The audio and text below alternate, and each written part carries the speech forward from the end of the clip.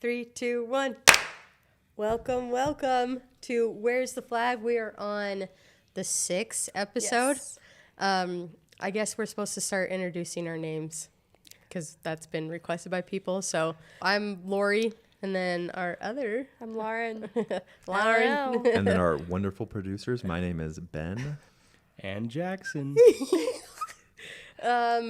There's some fun stuff to go over this episode. There's a lot of tournaments in All July. happening. Yeah. All in July. So you have that international tournament. Yeah. The USA International Tournament. Is that I don't know. Oh, the International Bowl. Yeah. The International Bowl, yeah. And then WNFC. Flag tournament. Yeah. And then they just, this past weekend, they had Tochella. And then the Senior Bowl. Yeah. Yeah. It's like a Canada. senior tournament. I don't know. It's I don't a think they say tournament. bowls. It's the biggest tournament in Yeah. Canada. And only Canadian teams can Only play. Canadian teams And are it's invited. divided. Like Americans can go to Coachella though. Americans go to Tochella. Yeah. Do you want to go back They're to like last. the international or the Let's talk WNFC? about WNFC. Then let's talk a little bit Okay. about Tochella. Oh, do you want to like go through all the tournaments just first? a little bit? Okay. Yeah. Well, WNFC flag. It's So It's they've like the been women's making a name in that tackle. space. Like after last year, I don't know if they were going to do it again, but they did it again this year, and it looked like it was bigger and better. Yeah. You Their know? venue is sick. Yeah. Yeah, it was at the Texas. it was sorry, the Dallas Cowboys Cowboys. practice facility. Yeah. Indoor Yep. practice It facility. was like that there last year Yeah, too. it And was. we did It was just the just- regional. Like me and you only went to the regional one last year. So like It was so the fucking hot. hottest. It was so bad. I don't know how we got through it. It was like 102. The regional one. Like 100. Well, when we got done, it was 110. Yeah, It was 110 brutal. degrees. It was disgusting. We were really lucky. A lot of our games were over by like this hose area. We after every game we'd put like the hose Yeah, on us. people were just they were just dousing hose themselves. It area. was so Yes, this hose air, like there was this The hose, hose. and it had water. There you go. This Hose water and area. hose. This. Moving hose on. Squared.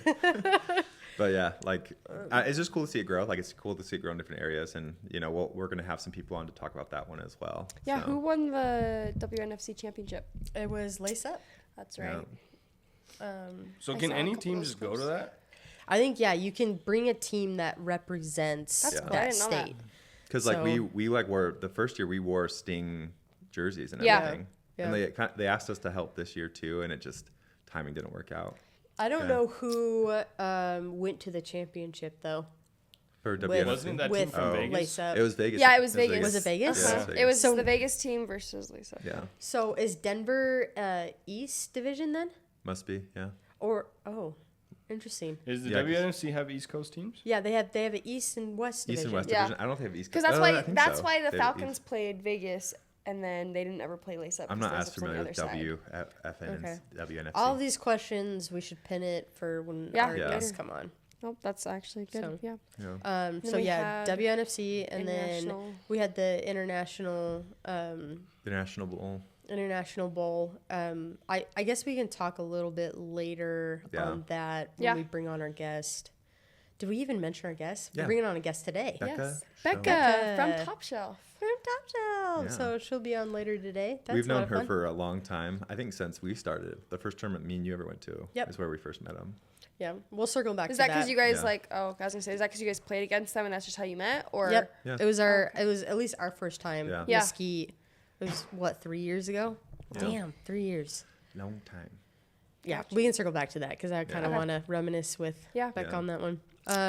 And then the Canadian Super Bowl. I mean, Yeah. Senior Bowl. Senior Bowl. Senior Bowl. The championship. Well, so Canada, you have the red and white team. Is that how you would describe it? So the national team What- divided into two. Yeah, sorry. National team. It's This is two. the national team that played also in the International Bowl Yeah. in California. Yeah.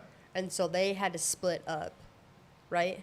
I don't think they had to, but they chose to. They Yeah. chose to split up. So they took and they're two saying teams. between the red and white team. Yeah. But we saw red and... We only had a chance to watch the championship, so that's all we watched, and we're hoping to get a guest on to talk more about that tournament. Yeah. Mm-hmm. So we got to watch the red team, which is it has like the only player Sarah Sarah Parker Sarah and Parker- Phoebe. She wasn't down in LA though. I think she was. I think she played. No, I think they said that. They said Oh, she did. was that's the only not one. Canada's quarterback. Yeah. Gotcha. Yeah. So That would have been And interesting. then they were playing against Matrix, who I assume is another Canadian team. Yeah, they're all Canadian teams. all Yeah. We Canadian. asked them if we could come. We could ask them if they come. They said no. I was They like, said no. Well, I was like, because I originally asked one of them, like, oh, like, what's your biggest tournament? They're like, oh, it's this tournament. And I'm like, oh, I think we're gonna try to make they're it up like, there. Canadians And they're like, you can't only. play. And I'm like, I was saying watch, but whatever. No, they were very nice about it, as Canadians always are. Okay, so I actually kind of want to break down a little bit of the gameplay. Yeah. Because we were watching it and we thought and it was like kind their of interesting. defense? Yeah, with some of the stuff that they did. Because it was like a So it version of a look- cover 2. Right, a cover 2, but they had like on the flats they were more wide, and then And then they would decide They- who would go deep and who would stay short.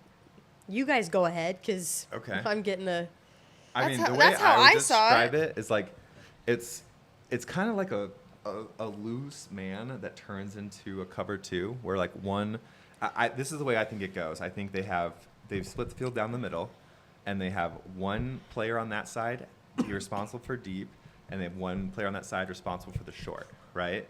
And they switch it up. Like they don't. It's not always the same. It seemed so predominantly. you say they start in a loose man and then Yeah. go in a cover 2, not start in a loose cover 2 and then go in a because they man. line up on top of people. Like it looks like man when it starts. It doesn't actually. It didn't. Sometimes though. it doesn't. Sometimes Yeah, it looks kinda like did a they had box. it's like a or a It looked like umbrella. a cover It 2, looked- and it then looked they like went an to man. umbrella. Well, sometimes they had the outside cornerbacks up. Sometimes they didn't. And this is Canada This is Canada. because this is red. Matrix they were just in a 3. Yeah. a This cover Yeah. is, 3. so okay. what I saw is like with the Canada red team, right? They would either be straight across or they have 2 up, 2 back. But they would even when they had 2 up, 2 back, they would switch every once in a while which one of those players on that side had the deep and which one of them had the even, or sorry, the deep and which one had the short. Which I think what I like about that is I think in the end there's not a lot you can do differently in defense in this version of flag football. Like there's just only so many variations. So doing anything you can do to make the quarterback think just an extra second is valuable. And with the field being so small, like you can afford to do that. Like you can afford to kind of like take some liberties, put people in unusual starting points to cover somewhere else. Yeah. So that's what would you see anything else, Jackson? Yeah, and sometimes they like have the corner and like have like the safety or even Matrix. Even Matrix would have like they'd run a cover 3, but the middle linebacker would vacate to the flat and the corner would replace. So like just swap just to try and confuse. And like Ben said, it's just because the field's so small. Like if you try to do that in 7s, like you'd get I toasted. mean, there's concepts like that work a little in bit, 7. but not Yeah. like I'm bringing the linebacker out to the flats and my corner's going to run all the way to the middle. No one does. No, I'm thinking more like sometimes you'll have safety. Like sometimes Yeah, your safety safeties come will under. come up to the flats and Yeah. stuff. Like that happens a lot. But Yeah.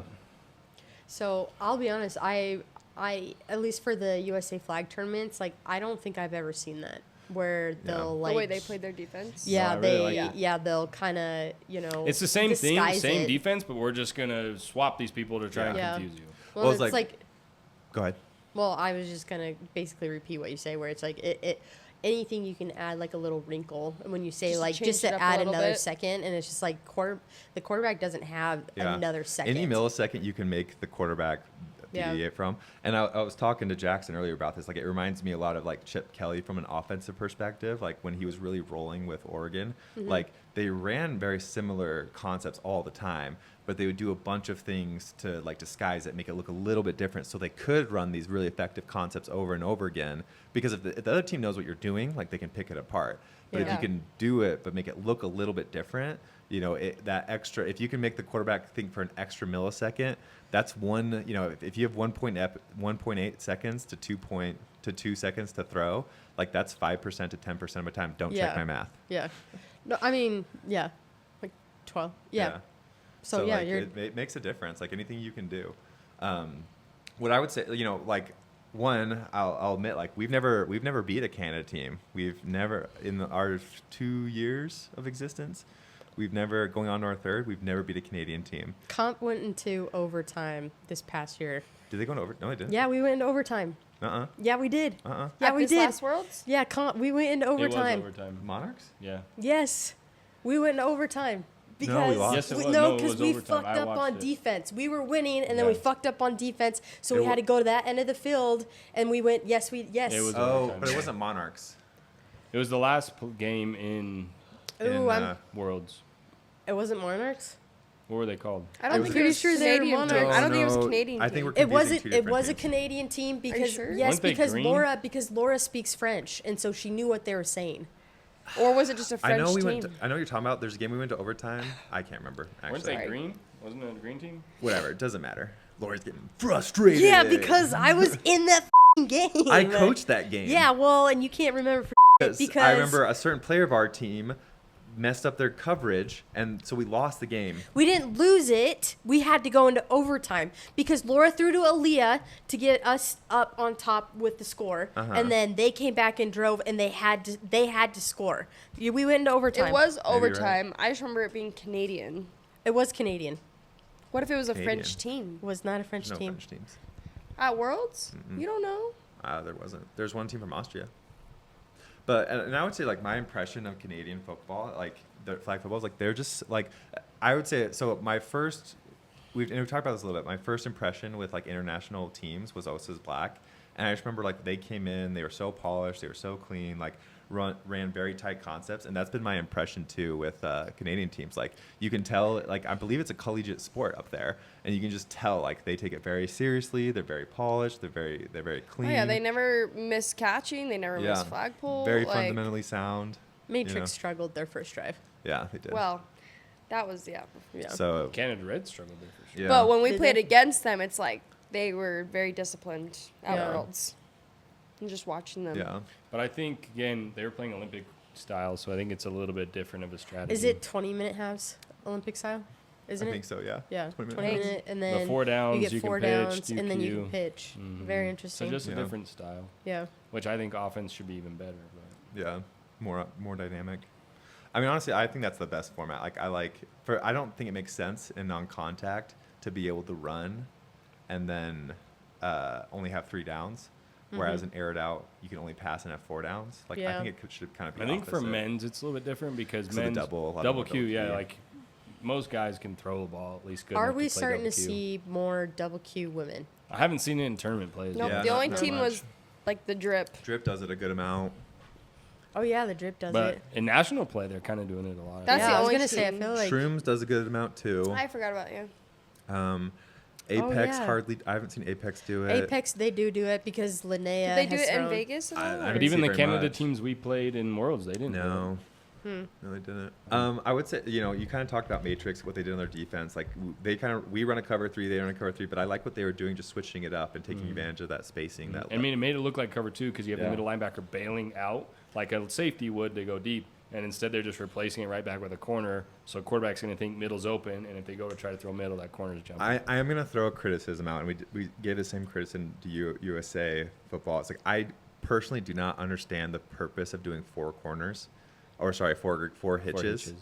Like, I think my personal opinion is you're better off high-lowing a defense, right, and putting 2 receivers in a position, giving 2 receivers underneath more room to work than like sending 4 receivers short, because now like that's so little ground to cover, like, and I don't know, like Lauren, like what as a you both play receiver, like what do you like that how we There's just more room to work with. Yeah.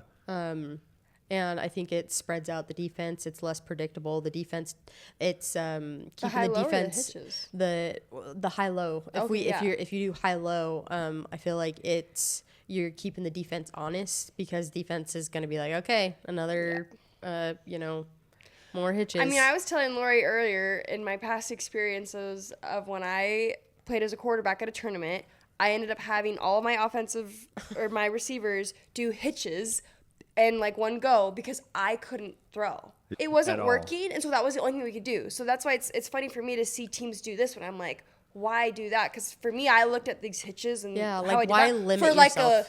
this is my last resort. Yeah. Like, Yeah. And I they just- didn't do it a ton. Like, they didn't do. I only say they did it 2 or 3 times. no, but yeah, it's but a like it's just nice interesting. little I feel like quick the hit. USA team does it a lot though, so Yeah. it's interesting to I see think it's that. just you're limiting. Yeah. You know what I mean? Like, Yeah. why not create yourself some more options Yeah. for Yeah. your quarterback? Well, and I just think it's hard. In my opinion, it's harder to cover of 3 and out than a hitch, Yeah. you know, and if you give them space to run that hitch. Yeah.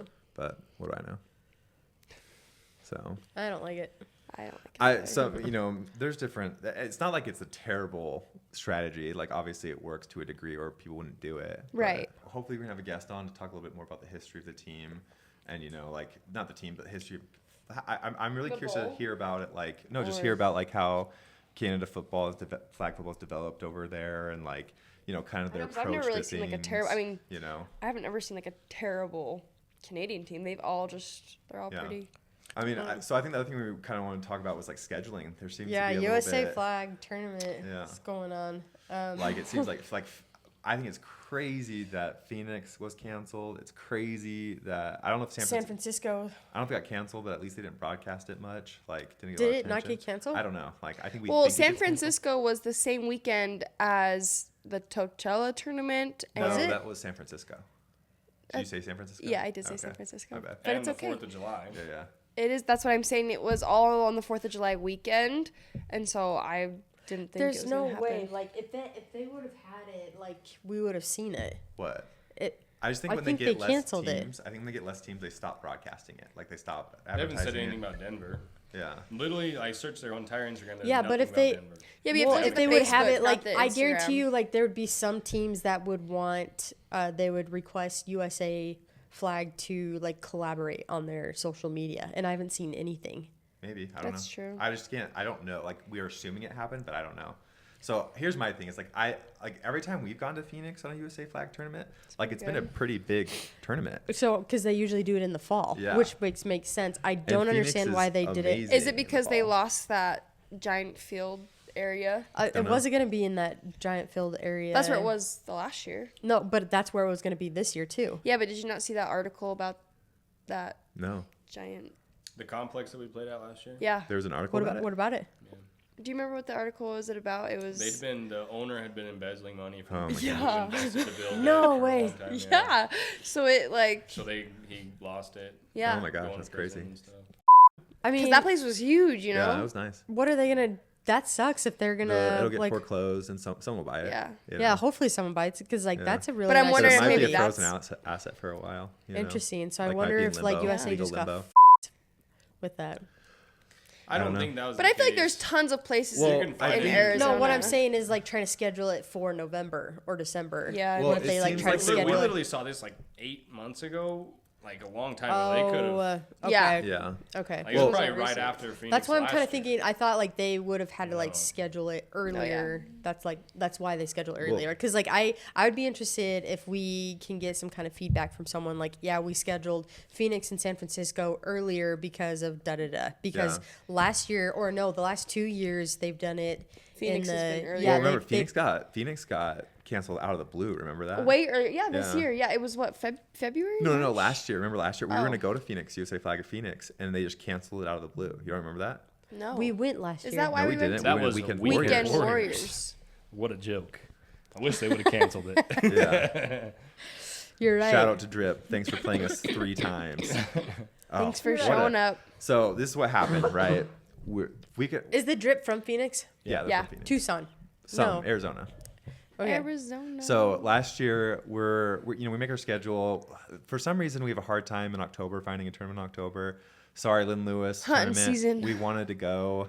Lynn Lewis, can It's you just in guys do it on the Orlando. West Coast next year because that Oh, would be somewhere really middle? 'Cause, cool. like, Like, we- who they did it? They're doing it in Tampa, right? Oh yeah, Yeah. Tampa, And it's yeah, like yeah. Orlando? there's teams on the Tampa, West Tampa. Coast that can't. I mean, I guess maybe there's We some, could but have, like but it's just going like to we're already Tampa going twice. to. We're trying to go to Arlington. Yeah. And then trying to go to Worlds. It's just like those are expensive. Oh, so yeah, phosphorus. we're not even Yeah. gonna have a tournament in October. No.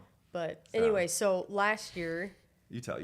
yeah, I mean, is that duck hunting season? No. It's okay though. What? Deer What? hunting season. Oh yeah, no shit. Duh. Okay, Yeah, so Lori's big hunter. Yeah, no, I'm not.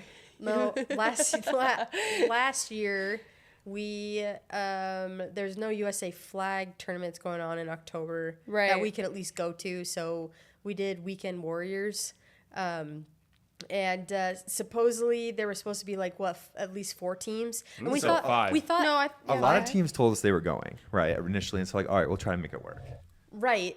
And so we were going to try to make it work. It probably like a few weeks before, it was only going to be like 4, but we also thought like we already bought the tickets or people that are already driving. It's like not the worst drive in the world. So it's just like, we'll still go through with this. And then it wasn't until. And my thing is like Elite Flag was supposed to go. Oh, because they were the ones that first asked you guys. Yeah, if we you were were talking going. to they them. came to us and they asked us like, hey, are you guys like, going to be there? And my Elite's feelings from were Texas. Yeah. Like, and my thing was like, hey, even if there's only 4 teams, if they show up, like they're worth playing. It's worth going down to play them, you know? And the day before we checked, like the day before we were going down there, we checked and like they were still listed on there, you know? And then we get down there and it's us and the drip and that's it.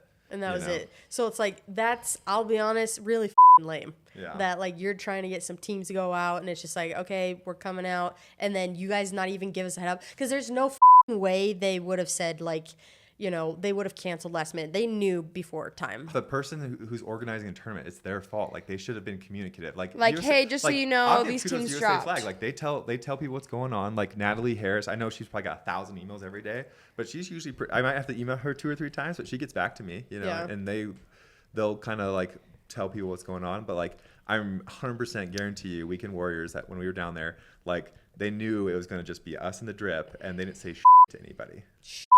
Yeah. So.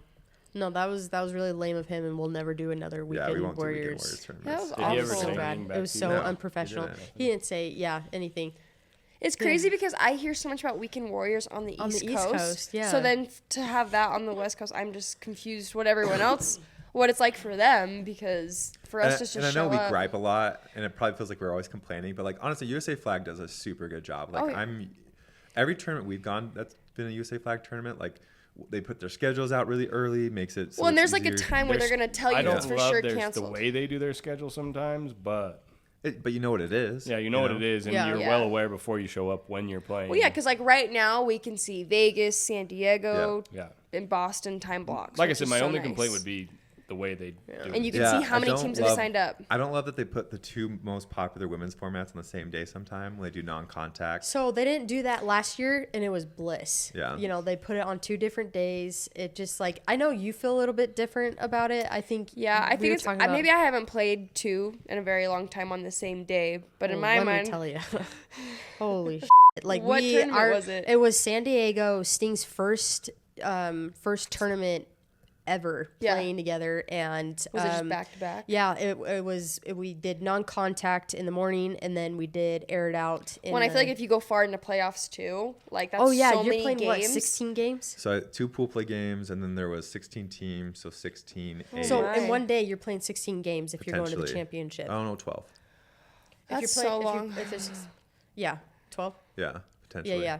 And so it was just an absolute nightmare. I mean, like, I guess if you go with a full 12, because we went with a full 12 when we played in Phoenix 2 years ago. Yeah. But in San Diego, we only took 9, and like you also have to plan for injuries. Yeah. Because that even happened to us. So when you go down 1 or 2 players, like it sucks. And so that's the thing. Is like you take 12 not because you need 12. You take 12 because you need 10. Yeah. And you can't. If you have less than 10, it just gets tough. Yeah. You know, like people just start getting tired. People start getting hurt. Like, it's just, you know, whenever we go to 2 formats in the same day, we take a full 12. Well, and especially like these next tournaments we're going to, like they're gonna be like in like August. Vegas. It's gonna be really hot. So Night bowl. Yeah. How do you guys feel about playing at night at the night bowl? That's gonna suck. And here's the thing: the like title says it, night bowl. Yeah, but have they ever done a night bowl? Like No. these night games ever? No, I don't. So I wonder what made them choose to do this. I think they're gonna start honing on like later. No, just areas that they can get the best. So I don't mind it, but kind of like Jax, we were talking about how you're saying like start like Friday night and Saturday. Yeah, because why would I want to play till 2 a.m. on a Sunday night and have to fly back wherever and work the next day? Like, yeah. So I mean that kind of sucks, but I guess you're kind of signing up for playing at night. Yeah. But I don't like that both formats, like those popular formats are all in the same day. Yeah. I know San Diego's best; they're not going to do that, but for Denver and Vegas, it's like that sucks. Yeah, that's interesting. I think that's what a lot of people aren't gonna think about. It's like for me when I can usually place. Well, I don't even know about now, but like back when I was playing sports a lot, like I could play sports about 12, 1 o'clock, and then I'd hit a wall and be like, I'm ready to go to bed, you know? And like, I think some teams are not going to be ready. Some players are not going to be ready. I hope we're ready. Like, to play, like, you got to fight through that wall and still be able to play at a high level. Yeah. Like, all the biggest games are going to be at like 2 a.m. You know? That'll be so interesting. Yeah. Different. But I wonder, like, back to kind of what we were originally talking about, like, I'm kind of curious, like, you know, Phoenix, San Francisco, like, when we've ever had USA flag tournaments there, like, they've been good turnouts. So what's made them all of a sudden? So wrong I think time of year, I think. Yeah, exactly. It's the wrong time of year. They don't. They should have because scheduled Phoenix it in the fall, I think would be perfect. Yeah, they should have scheduled in the fall. I don't know why they scheduled it. Phoenix was like right after Worlds, right? I think it was March. March. Yeah. Still, and then San Francisco, I think should have been in the fall as well. I wonder if it's because they're pushing nationals to November. If they just When was national? Oh, nationals in July. Yeah, it used to be in July. That's right. Yeah, but there's no USA tournaments in October. No, there is Orlando. I thought that was a Battle Lynn Orlando. Lewis. Or wait, They're having. sorry, that was okay. They're both in. Okay. So in USA Florida is in having October. one in October. So Yeah. they have one in November, one in October. San Maybe- Diego is the beginning of September, and then they have 3 in August. So Yeah. maybe that's what it was. Is they just switched it. They wanted nationals to be later. That's in probably the year. exactly what they did. Thinking about it. What? That's no. That's exactly. I think you're right. That's exactly what they did. Because remember, San Francisco was in. I think it was in early December last year. No, I think it was in November. It was December 12th, It was December. Yeah. 11th or 12th. Yeah. When's your grandma's birthday? That's what it was. It doesn't. So yeah, I was pretty sure it The was one we in live in the December basement because it was of. originally. I think it was originally scheduled for November, and then it got moved to December. Because remember, kind of like Yeah. last year was a scheduling nightmare, you know.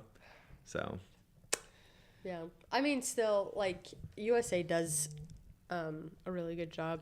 I mean, I don't think want to be they bitching the whole entire time, but that's what I would say. Like they do the best out of anyone yeah. we've gone to. We've only gone to 2. I am grateful that they at least have some on the west side and then some on the east side, you know, Yeah. not just all in like one area. So Well, and like they put their team lists out, so you know how many teams are going. yeah, you that know I the really do formats. appreciate. Like for example, Denver, right? We can see how many teams are going to be Yeah. there.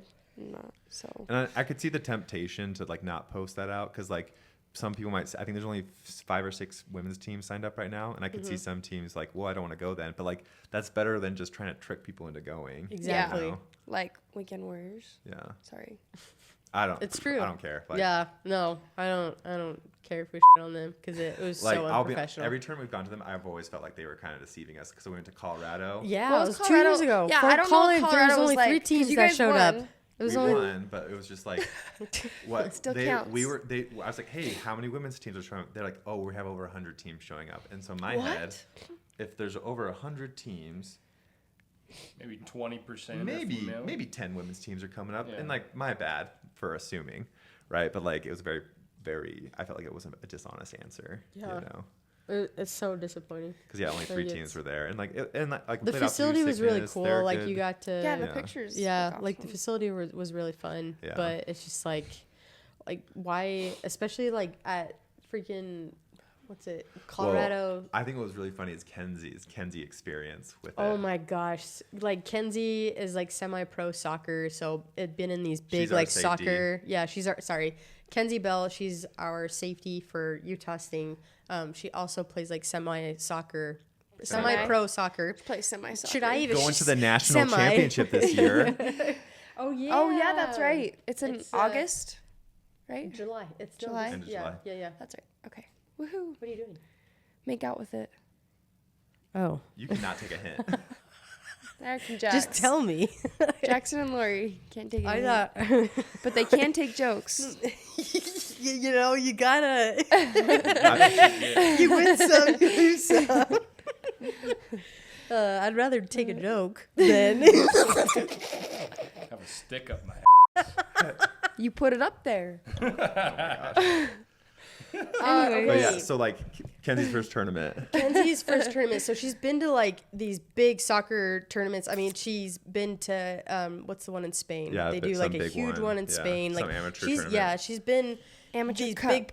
these big tournaments, and so she comes and plays flag. We're like hyping it up, and then she shows up to there's the 3 Weekend teams. Warriors, and she's like, no one's in the stands. I'm like, no one's gonna be in the stands. Shut up, Kenzie. Like it was. I'm actually thinking about it. I'm surprised she came to Worlds with us.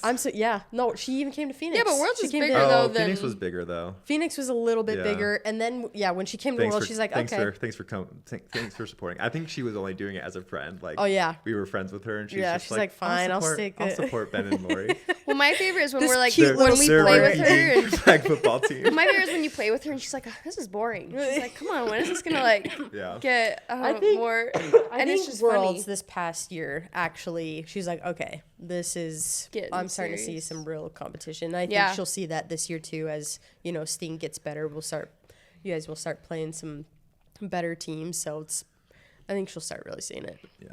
So Yeah. It was just, I could just see from her perspective, because like, soccer is a big sport in the United States too, and like the amateur circuit, at least in Utah, is really competitive. yeah, like know. at least where she goes, there's people in the stands. Yeah. Just be like, we get to Fort Collins, she's like, no one's in the stands. No one's. I'm Yeah. like, yeah, Kenzie. Well, and like I feel like most tournaments, they don't choose venues where there are like stands Yeah. or anything, so it's not easy to watch. I get it, like most teams are traveling, so like you're not going to I necessarily think that's going to have be it. the biggest thing, and I know why.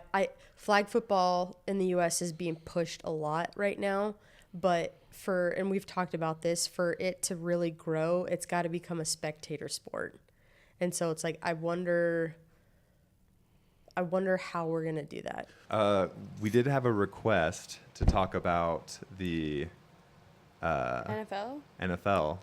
Like people were asking us about the NFL, whether NFL players, how they would do in the USA team. Can we first talk about the Canada USA team then first? Oh, Because yeah. I think that will bring up a really good point Of why?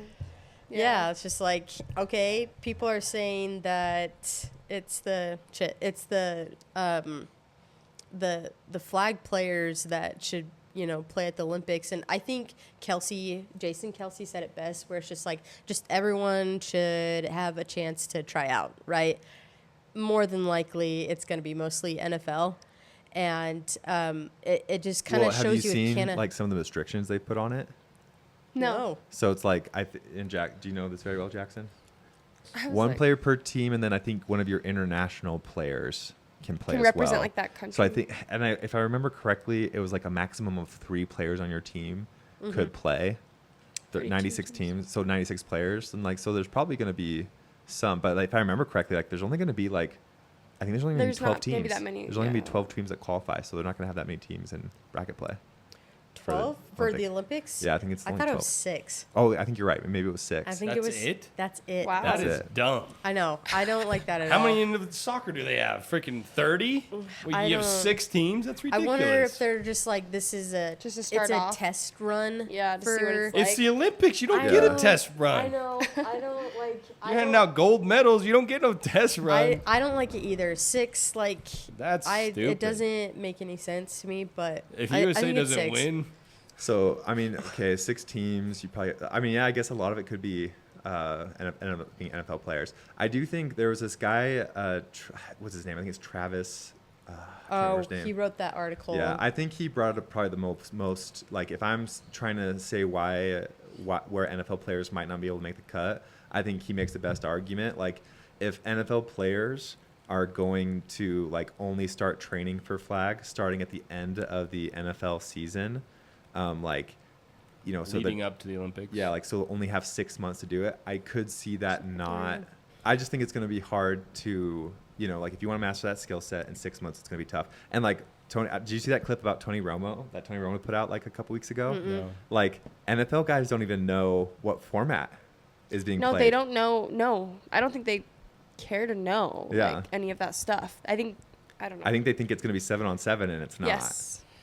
Oh, really? Yeah. I think they need to look into the rules. Yeah, that's going to but be a big thing. That's not that big of a. The rules and like that kind of stuff, I don't think will be that big of a deal. Like they play for a week of playing and practicing, scrimmaging and stuff, they'll pick it up. The main thing for me is like I agree that in 6 months they won't be able to pick up the particular skill set of flag movement and like that kind of stuff, and flag pulling probably as much either. But at that point, it's like.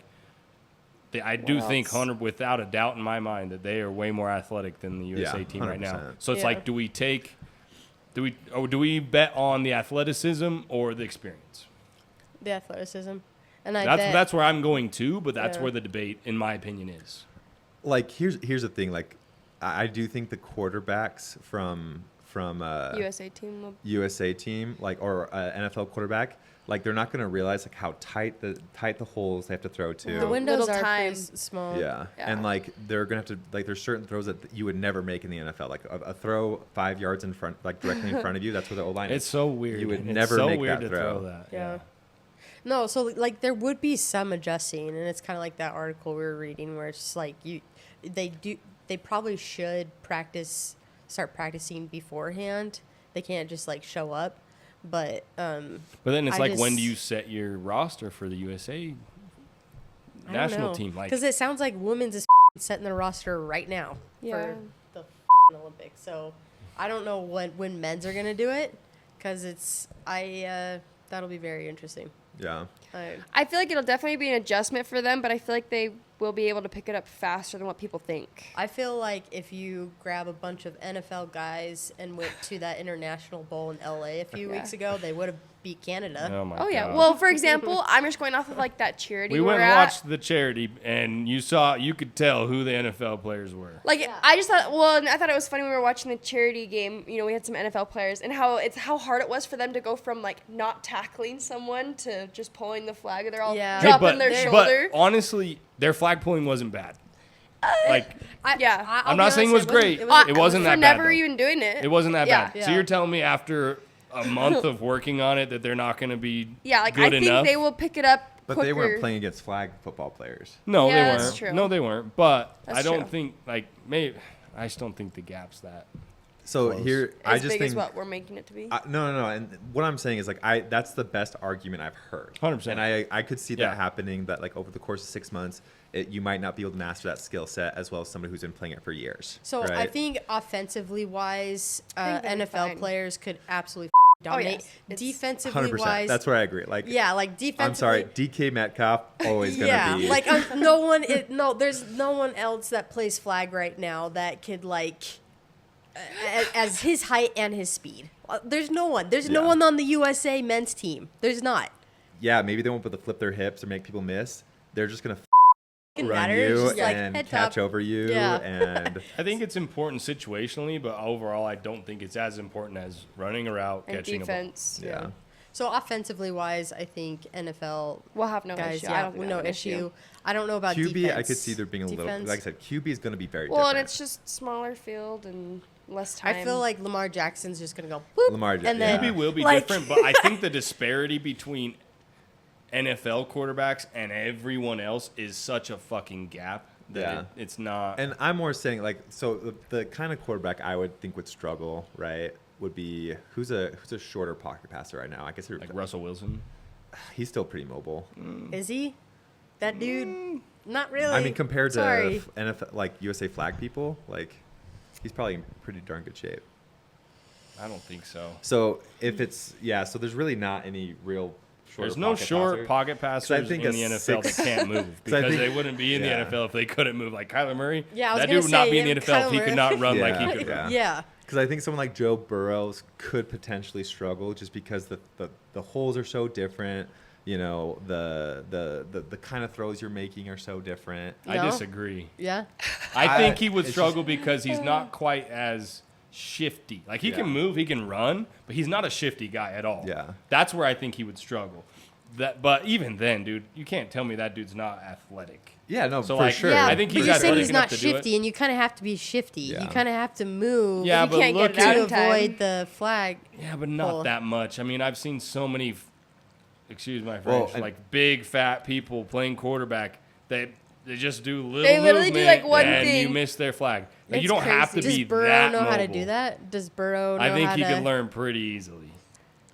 I don't mean, know. they look at the IQ level of freaking, like they make him do the Wonderlic, they make him do all these things. Like the IQ level and the football knowledge of an NFL quarterback is night and day from an average person who played football in high school or plays flag football. Like, I just think that type of stuff, they can figure that out pretty quickly, and their arm talent is so much better that the windows are a little bit different, a little bit tighter, might take a little bit of adjustment, but it's not like they don't have the arm talent to do it.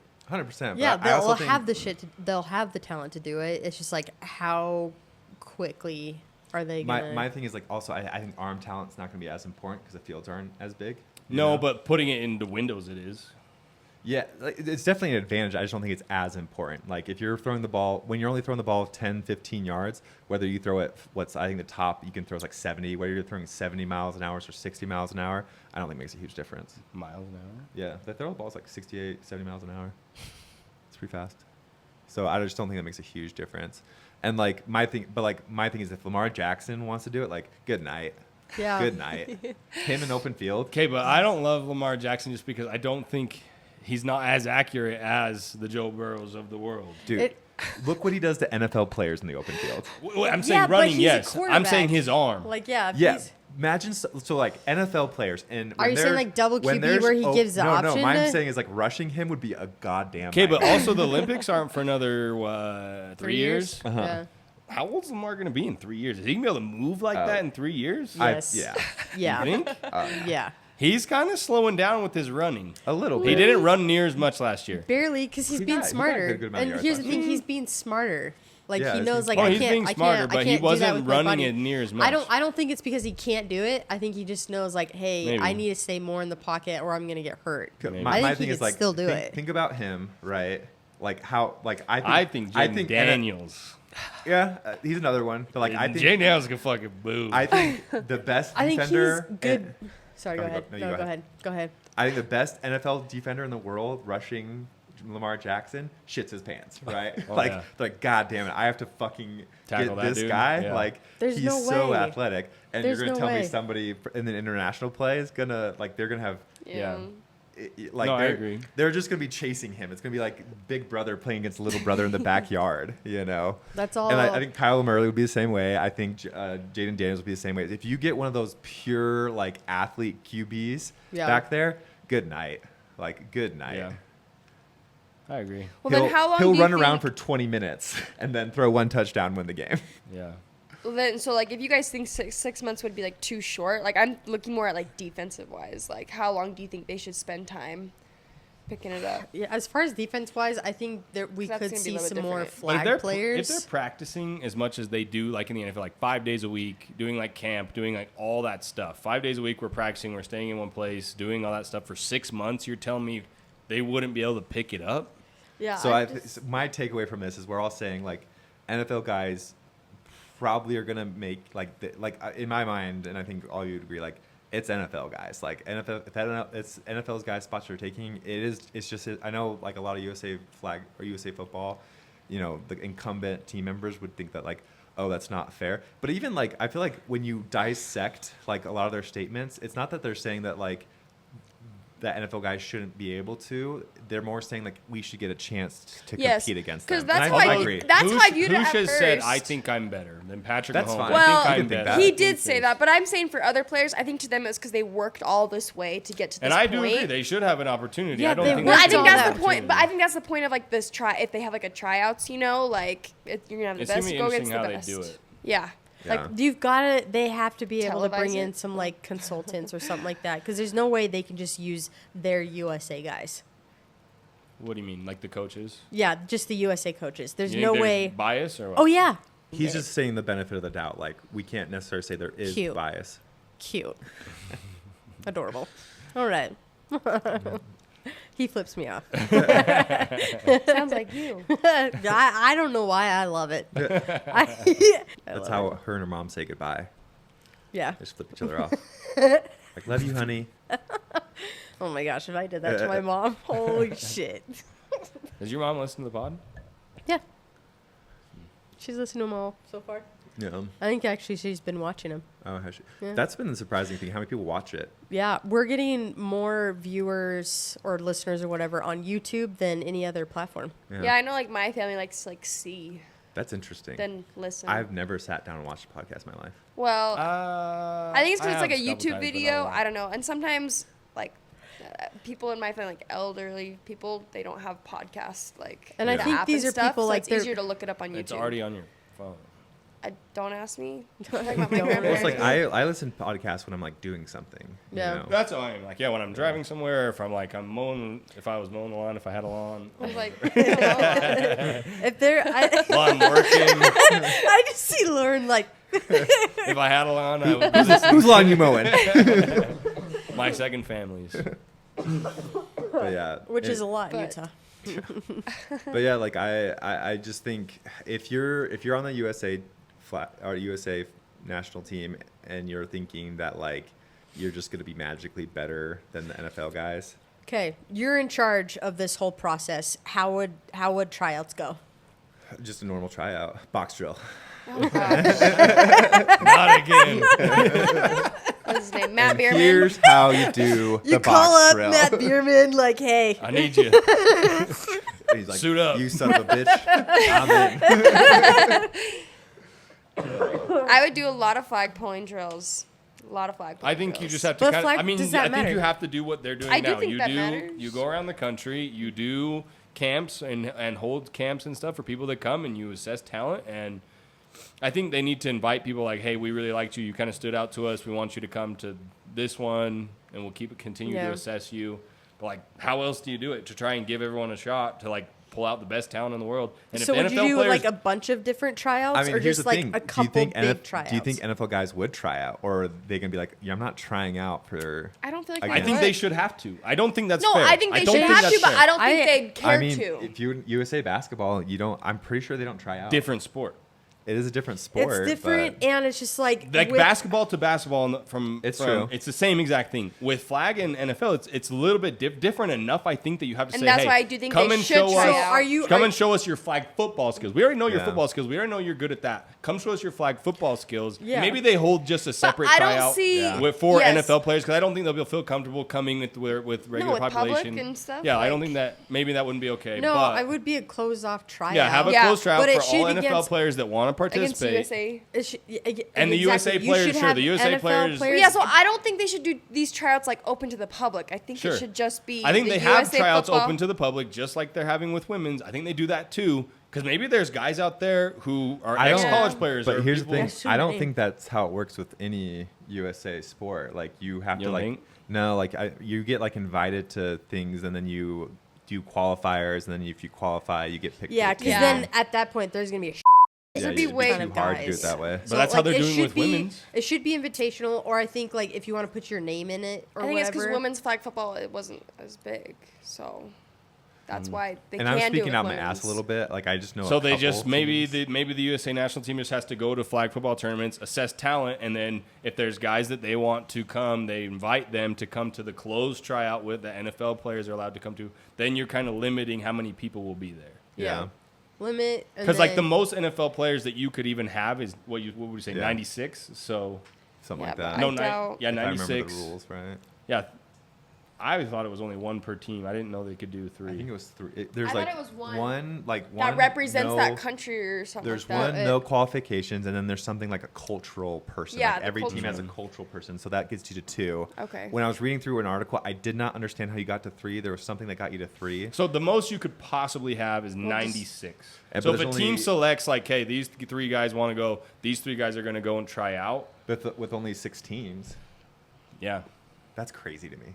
I guess that's not counting how many qualifiers. but those One more aren't team qualifying. necessarily all for USA either. They could go and try out for their or try and play in their country if they Yeah. wanted. So like the most you could have in the United States from NFL is 96, which I don't imagine they get 96, but maybe. So that 96 isn't 96 that get to play for the United States. It's 96 that get to play. at the on all Olympics. teams. Yes. Yeah, I'm saying the okay. most that the USA team could have at their tryout is 96. True or false? No, I don't think we have any idea. From one from each can Oh. go international. From the NFL, the thought you were most they saying could have to 3. try out for the Less, USA team 'cause is the 96. international ones have to go play for like another team outside the country. Yeah. Yeah, Okay. that's what I'm saying. The most, like if it was all Americans that wanted to try and play, it would be 96. I don't know exactly. I think it'd be less, but I I think it'd be understand what you're 32. saying. I I'm think saying it'd be max, 32. max. Or I do whatever. think that they have to try out. I don't think NFL Yeah. players get But to so be I'm like, saying I'm not trying 96, out. and then maybe the Sorry. national my bad, team my bad. goes to tournaments all around East Coast, West Coast, whatever, and invites, let's say, 80 dudes that they've seen that they want to assess, and then their USA team guys already. You mean you're at 150? I think that's manageable over a week process to try and at least whittle it down to like Yeah. 60. And in my opinion, I don't know if you should even do flag pulling drills or any of that. Just scrimmage. Yeah. Yeah. Why don't you just scrimmage? They like to. I mean, Like, why do drills? I don't right? know. I mean, here's my Warm thing. up? Like, one thing I was thinking about Maybe when warm up, y'all but were yeah. talking about like defense or whatever, like part of me is like, I think there's some athletes in the NFL that are so freaking good that they would miss the flag, the guy would run past them, and then they would catch them from behind. Oh yeah. Still, you know, my experience, like when we go to tournaments and stuff, or like when we play locally, like all these guys think like, oh, they're like, I run a 4.5, I run a 4.6, I run a 4.3. It's bullshit. And like, you know, I played a little bit of college, and like, I know what 4.3 looks like. I know what 4.4 looks like. I know what 4.5, 4.6 looks like. That ain't That's it. I mean, not there's before. there's very few combine guys that are running 4.3s. Yeah. like very few. Those guys are like top prospects going to the NFL. There's very few of those. So you're telling me random ass Joe Schmo at the USA flag tournament is telling me he's running 4.3? Bull. Good night. Sorry. Yeah, no way. Sorry. Like, it's different. Like, I remember, you know, when I was playing high school, I you know, I was a pretty fast guy, went to the University of Missouri, and I remember the first time I saw someone who could really run a 4.3, and I just remember, like, I'm running my off. Yeah, it is a difference. And he's just like a gazelle in front of me, like not even trying. I don't think he was trying as hard as he could, because you don't need to. Like, he was a legitimate 4.3 guy, and like, I just remember, like I said, I wasn't a slow player in high school. Like, I ran a pretty good 40, but like running next to him, like, holy shit. The fastest electric hand time 40 I ever had was a 4.66 at a Nike Combine in Chicago. I have the card still. You do have the card. And you didn't drop a ball at that. I didn't catch any balls. I was a No, linebacker. I was making a joke. You knew what I did in my combine in Chicago when I was 17 years old? She was in the stands scouting. Cheering on. But not only that, you see those 4.3, 4.4 guys, and then you add 3 or 4 inches and 20, 30, 40 pounds of muscle and the best hands you've ever seen. Like, come on. Yeah. Like, DK Metcalf's 40-yard dash at 2019 NFL Combine was a 4.33. Oh my. But like, that's just one example. That's just DK Metcalf, and I don't even think DK Metcalf is the best. Like, he's just, the measurables are crazy on him. Yeah. But like, I don't think he's the best player in the NFL. No. Like, I mean, receiver. you probably put Justin Jefferson, like, what's his name? The guy for Jamar Bengals. Chase. Jamar Chase. Like, they're in the conversation of like the best of the best. Yeah. And like you said, like, DK's not even DK that. just, his measurables are freaking nuts, right? That's what it is. But Who's going to be the top 5 receivers this year? in the NFL, Yeah. I think Justin Jefferson, Jamar Chase. You want a wild take? Jackson Smith and Jigba's gonna be top 5 this year. Really? No. JSN, baby. He's so good. He's good. We'll see. He'll have a real Top good quarterback. He'll actually have a real quarterback this year. 5? That's true. Last year, look Seahawks what he did fan. with Geno. No, that's true. And he was the wide receiver 3. Now he's gonna be wide receiver 1. I'm so sad that DK left when we got. Is he going to be 1 or is it going to be Cup? He'll be 1. he'll be Cup's 1. fallen off a little bit. He'll be 1. But imagine if Seahawks would have had Cup. But Cup will DK. draw attention, so I Yeah. think it gets JSN open. Yeah. Like, I think he's going to be top 5. Your I really do. Your QB could have been half brain dead if you had those 3 receivers. That's you what I'm know? saying. Like, Tyler kinda Lockett. imagine if you had. But Tyler Lockett, he's gone. Love him. He's like. I don't know. He's still really good. He's still good. He had some drops, some crazy drops last season. But Imagine if you had DK, Cooper Cup, and JSN. God. like, The reason why you and guys their have running Cup, game, though, their is running backs are because freaking DK's always good. They always Dude, got running no, backs. running back. I think Walker is going to be a top 5. Yeah, I could see it. Yeah. I'm excited for the first time in a long time. I'm excited for the Seahawks. Yeah. It's been a long time since I was excited. Sorry, Geno Smith. I think you I were think trash. DJ Moore is going to be top 5. Always too. thought you were trash. DJ Sorry. Moore? Yeah, baby. Let's go Bears. What are these takes? I The don't Bears. like them. Let's go. I'll be honest. Bears are I'm rough. Caleb Williams. If I had to bet No. $1 million whether he's going to be like a top 10 QB, I would bet against him. What about top 15? Like half. Maybe top 15. Maybe top 15. I just don't think like. My thing is, you're the QB, you're the leader. I don't think you can like afford to be like so individualistic. Like, I can't think of another quarterback who has been that way. Like, maybe the last one I can That think was was like Joe successful. Broadway, like Jets Yeah. in the 70s. Like, usually it's a very team-oriented guy, you know. Yeah. And he just seems he likes the attention. He likes being an individual, which is like whatever. Like, I don't care about that. Like, at a personal level, but like as the leader of the As a team. QB, Colin you Kaepernick can't- was. Oh, yeah. And he's killing it right now. Oh yeah. I just think like the top when we're talking about QB. I think he took him to the Super Bowl though. Like when you're talking about QB, I think like attitude is like honestly the most important. Because you've seen some very successful quarterbacks out there, but like they're not a good leader. It's all Jay Cutler, me. look at Jay Cutler. Jay Cutler was Carson like that. Wentz. Carson Wentz. Yep. He was a little more tamed, but he was still a diva. He was tame, but he wasn't even a diva. It was just people didn't leader. really like him. Yeah. He's just a weird, different guy. Yeah.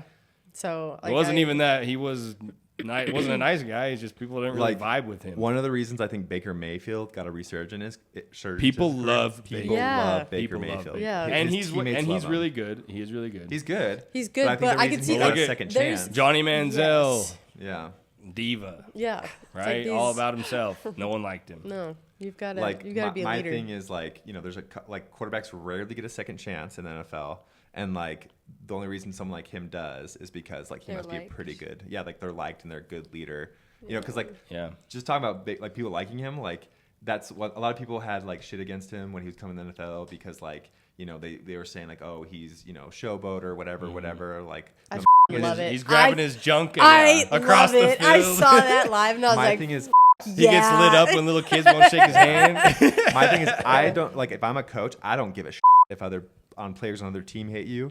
I care if how your teammates feel about you, and his teammates, like you just hear it like all the time. His teammates Through a love brick him. wall for him. Yeah, his Yeah. teammates love him. Yeah. You know, I think the base of any player, like whether you play or not, it's talent, right? That's the number one thing, and then it's the other stuff that like is what carries you over the edge. I mean, look at how long Antonio Brown played in the Yeah. NFL, and look at him.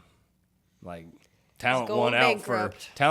for well, how long did he play? Like 6 or 7 years, 8 years, Yeah. maybe even longer. I know I it's don't know 10. how long he played. Maybe he played for 10. I don't know, but he played for a long time, Yeah. and then finally. His attitude, like some coaches just wouldn't put up bad. with his attitude, Yeah. and so he was gone. I saw something of where like his attitude actually wasn't bad the first like 5 or 6 No. or The 7 CTE years. got It's to him. yeah. something. Yeah, it was. It honestly, go I look really crazy. think it was the CTE. It had to been because like you just see his personality change. it's like it's that or like you just get too big. I think it's so hard when you're that talented. You of a get player. jaded. No, you get Yeah. put on the cover of Madden. Whenever you are put on the cover of Madden or You just get hurt. Yeah, like you get hurt or like something happens where your career goes in the hole. So you don't who want talk to. about that wasn't because the Madden curse is about injuries. Yeah. Oh, but you're saying Antonio Brown was on the cover. I'm just saying, like Yeah, anyone that's that what you're get puts on the Madden cover, like I feel like your career goes down from there. Gronkowski won 2 Super Bowls after he was on the cover. He did get hurt that year though. Did he get hurt? He got hurt that About year. Lamar. Yeah, I don't he know about always Lamar. gets hurt. Lamar always gets hurt. So Lamar how can you always say that's gets the Madden hurt. curse? I will never have him as my quarterback as fantasy? anymore. I held on to him in our Those keepers last- league or whatever for the longest time because when he would like be in and healthy, he'd give me like So 42 good. points. Yeah. But he would He be had out like a 8 floor games. of like 18 points every game, no matter what. You could guarantee because he's gonna run. Oh, for sure, guarantee, yeah. and probably get a touchdown. When So he's he's at least in. getting 18 points. No Yeah, matter my what. last season I had him. It was like 2 years ago, and he was out for like 8 games. I was like, I can't do this. Last year anymore. he was fine. I didn't have him last year. I had him last year. Oh, did you? I mean, he kills it, but it's just like I can't Just gotta have a afford good the. QB too. Gotta have a good QB too. But then you're drafting 2 quarterbacks where you could get another valuable. I've sworn skill off player. fantasy. It's Because you lost too many times? It's too much time and effort. My fantasy team is the Sting. That's funny. It's true. It's true. That's what I feel like. It's like He it's always like, gets the first pick in the draft. It's like it's like He gets like the first like 10 picks. yeah, exactly. it's like because that's what honestly I think that's what's made me not want to do fantasy. It's like getting done with coaching the Sting and like going. It's Now like, I got to go manage another team. Yeah, A like fictitious one. it's like if I being an attorney coming home and like doing briefs for fun, like drafting briefs for fun. It's like no one does that. Well, I was going to ask, do you might- have a crazy story? Yeah, I have a crazy story. It's not actually that crazy. We've already talked about it. What are we doing? Should we do that? No, I was clapping for you for your story. Oh. And we've already talked about this, but I think it was the second episode. I was catching a lot of from these two. Oh. I about, don't give you about About a what? certain phrase I that did I give was you shit using. for Yes, that. you were giving Big me so bitches? much. No. Top 10? 10 top. Nope. This one loves the top 10 top. You said like 8 times. 10, Like, top yeah. 10. 10 top. Anytime The I 10 f***ed up place. last episode, you'd be like 10 top, 10 top. It just sounds good. I was using a phrase. frozen rope. Frozen Oh, that's rope. Interesting. I'll so give you a frozen rope. I am going. I'm gonna. What point were you trying to prove? We were giving you for it. What? So Lori, yeah. Were you making we're in bed, right? And I'm laying next to Lori, and she's just scrolling through Instagram, and then she just turns over to me, and she's like, watch this video. And I'm like, Lori, like, I don't care about your dumb video, whatever. No, she's like, watch this video. And it's a clip from Rookie of the Year, right? And I'm watching this, like, I've seen this movie like 2 or 3 times. I don't understand, like, it's a fine movie. Why are we watching this clip? And then it gets to the very end of the video. It's one of the initial scenes where the kid just throws the ball from the stands to the infield, right? Out. And like whatever. It was a really fast, like straight line ball, like straight to the mitt. Let's keep going. And then John Candy goes, a frozen rope from the outfield, and Lori just like, ha! Which is funny because that was crazy. I've played softball, Jackson's played baseball, and I have never heard of the phrase. I played baseball all my life. Frozen rope. Here's the thing, like I forgot it was even in that movie. So That's it's like, like I've when seen that I movie was a couple saying that, times. I was Lori just would like, always say frozen rope. Yeah, I always said frozen rope, and I don't even know if I even got it from that movie. But I'm like, am I crazy? I thought I've heard frozen rope before, and I felt like I was getting gaslighted in that second episode we were filming because it's just like, no, there's no such thing as frozen rope. Until Lori showed me that video, if you had said like, Ben, have you ever heard someone $1 million, like, would you bet that you've never heard that phrase before? Like, yes, I would bet $1 million I've never heard that phrase before. And then she showed me, I was like, well, I've seen that movie 2 or 3 times. So I've definitely heard that term before. I feel so validated. Like, I want to tell another story. So, all right. When you play college football and you're not very good, 'cause you're on the scout team, right? Mm-hmm. And so when you're on the scout team, you actually spend a lot more time with the position coach of the opposite side of the ball. So with me, like, I would spend the first 10 minutes or probably the first hour with my coach, like my 10 actual minutes coach. to an hour? No, an hour, probably about an hour. You said 10 minutes, 10 minutes? to No, like an hour. But when you're scrimmaging, right? Like a good portion of practice is scrimmaging. You're scrimmaging against the ones and the twos. The position you're want to play. It. So I was a defensive lineman, so I was going up against the ones and twos of the O line a lot. So I gave a lot of effort, but I wasn't like some people would they'll use scout to make themselves look good, and like I'll be to me that's not the purpose of scout. The purpose of scout is to give the other side good looks. So I would go against Elvis Fisher, right? And he was like an all Big 12, and he kicked every day. Like he kicked every day, right? Like I don't think he would kiss my no. He would kick my ass every day, and like I don't think there would be times where like I don't think I beat him ever, not one time. Like I never got by him, right? But there was times like I give him a decent rush. He was just such a good athlete, and he was just so big and strong that like I never. So big and strong. He was so strong. Like I never got. I don't think I ever. Beating an O lineman means making a good move, getting right by him, going to the quarterback. And I don't think that happened one time, right? But one time he rolled his ankle in practice, right? Oh, you're so nice. And like that's the thing is it's like we had a rule I think in Mizzou is like if you got injured like you didn't play. Like if you got hurt like during practice. Like if you came out of practice, you wouldn't play the next game, right? And I might be fudging it, but I just remember like being injured wasn't good. Like he could potentially not start the next game if he was hurt. And so like I remember I took it so easy. Like I had to go hard enough to make it look like I was trying. Like I remember it went so easy on him because like in the end, like cool if I beat like I said he was so much better than me. Like if I beat him in one practice, it's like me going as hard as I can makes me look, in my opinion, makes me look like an asshole. Did he know? Oh yeah, he knew. Did he say thank you? Not in so many words, but I think so many not words. Any words. 2 words. I remember I might get a little emotional about this. I remember like after the season, because like we're all the team, whatever. I remember after the season, I would go against him and then this guy named Dan Hoke a lot, the starting right tackle and left tackle, and I just remember like I said, no one was rooting for me in that sense where like they thought I was good, like because I wasn't good.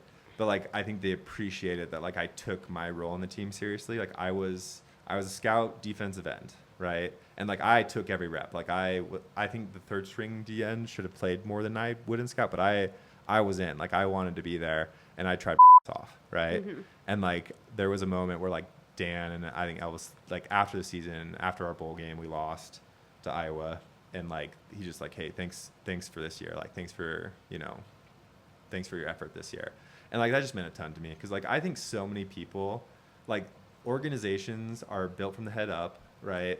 And like so many people have small roles in big organizations, and like they don't take pride in that, and like to me I really did.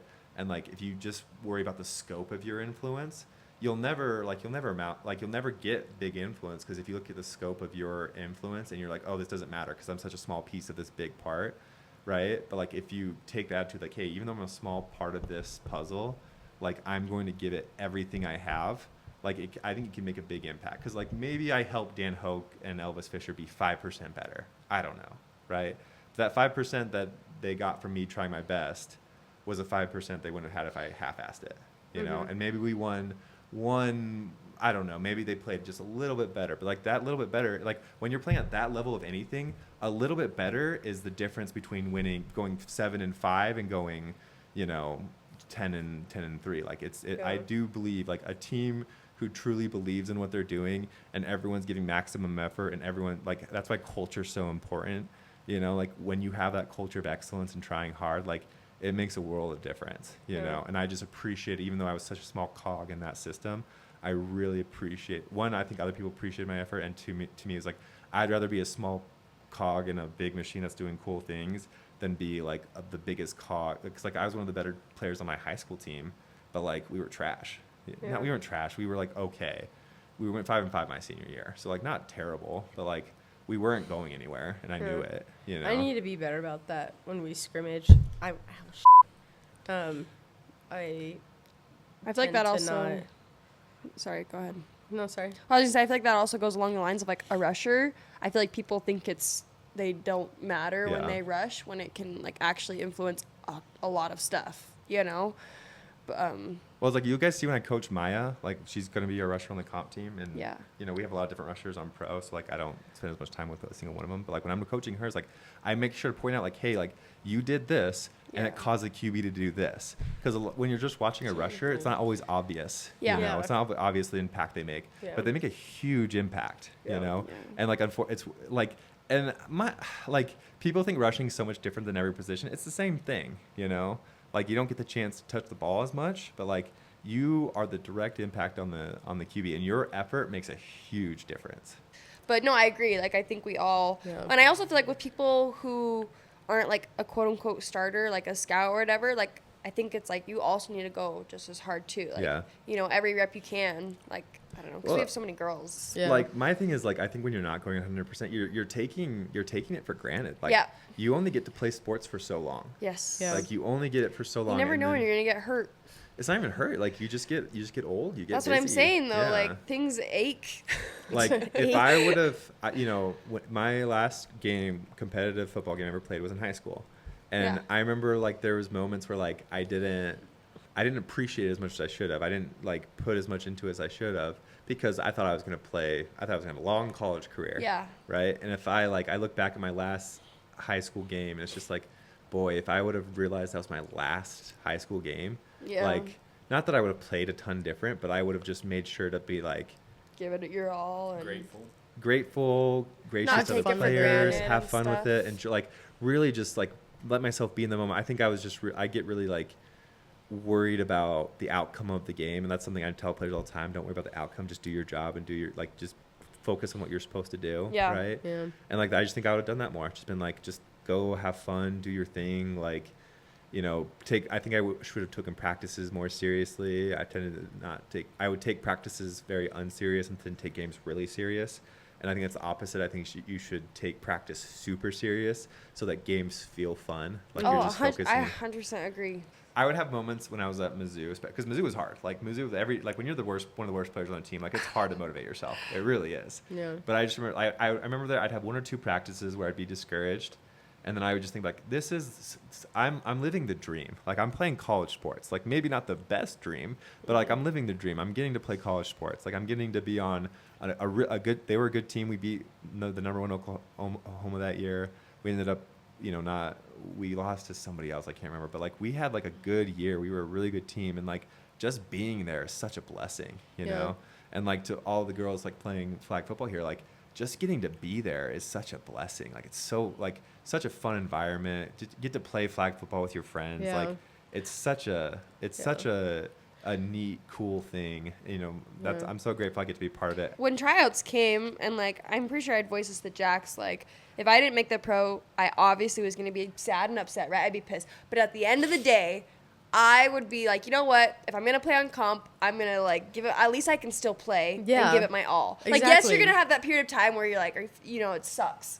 But then, like, at the end of the day, I'd be like, you know what? At least I can still play because I look back to when I was on Crimson Wave and I left. Yeah. I remember, like, when I left, I didn't even think anything of it. I was like, it's just football. It's whatever. You know, just a new sport I was trying, and I was doing school, working full-time and stuff.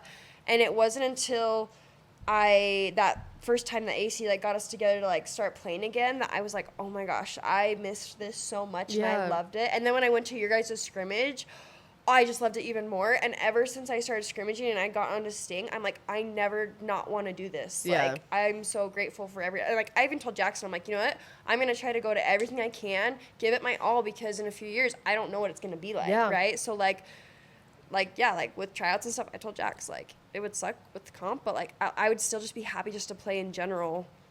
Exactly. On a team and everything, so. Yeah. No, don't take it for granted. So I think that's a huge deal. Between you and Kelly, I mean, it's either you or her are the most experienced people on comp. Yeah. Right? So it's your job to, like, lead and help elevate, because, like, it's just me and Mai. Like, I mean, I'm sure I know Ben relies a lot on his players to take care of each other, lift each other up, you know. Yeah. And he does a lot of that too, but like I can't do it all on my own. I can't do it all on his own. So like we rely on you and your experience and your talent to elevate the team. Yeah. Right. So like it's not the most glorious job, just like Ben's job wasn't the most glorious job, but it is a very important job. Yeah. And like at the end of the day, the goal is to get comp to the pro level anyway. So if you can help elevate them to that pro level, how much more, like, it's not a fun job, but it's a way more rewarding job. Yeah. Right? Because, like, I'm on the pro team, you know, I get to go play, we go win. But now you're taking a comp team and developing players, and now we're going to take them and get them into the pro level. And if we can win at the pro level, how much more rewarding is that? Yeah. To, you know, I've helped lift these players up and elevated this team from here to here, rather than I took a team that was here and I kept them there. Yeah. You know what I'm saying? No, for sure. Yeah, like there's like, that's how I look at it. Like, it's just more of a challenge, and it's more rewarding that way. And is it not as fun sometimes, because it kind of sucks because you have to deal with some more shit. But at the end of the day, I think it could be more rewarding for sure. Well, it's like what you said. It's the way you just look at it, you know. And it's just like that's for anything. And it's like I think especially just now, like it's just hitting me, where it's just like it's just the way you look at shit. Well, and like the thing that keeps me coming back is like we just have such a good group of girls. Like they're just fun to be around. They're pretty committed. Like I'd say the least fun about all this stuff is like the logistics, when people are flaky. Money. You know it can get expensive. Yeah.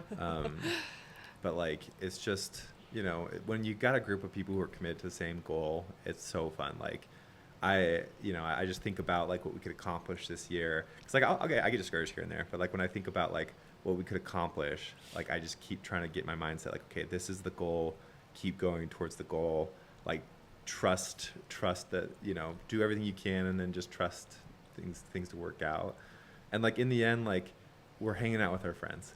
In the end, even if we lose every game and whatever, like you just getting to play sports with your friends is such a joy.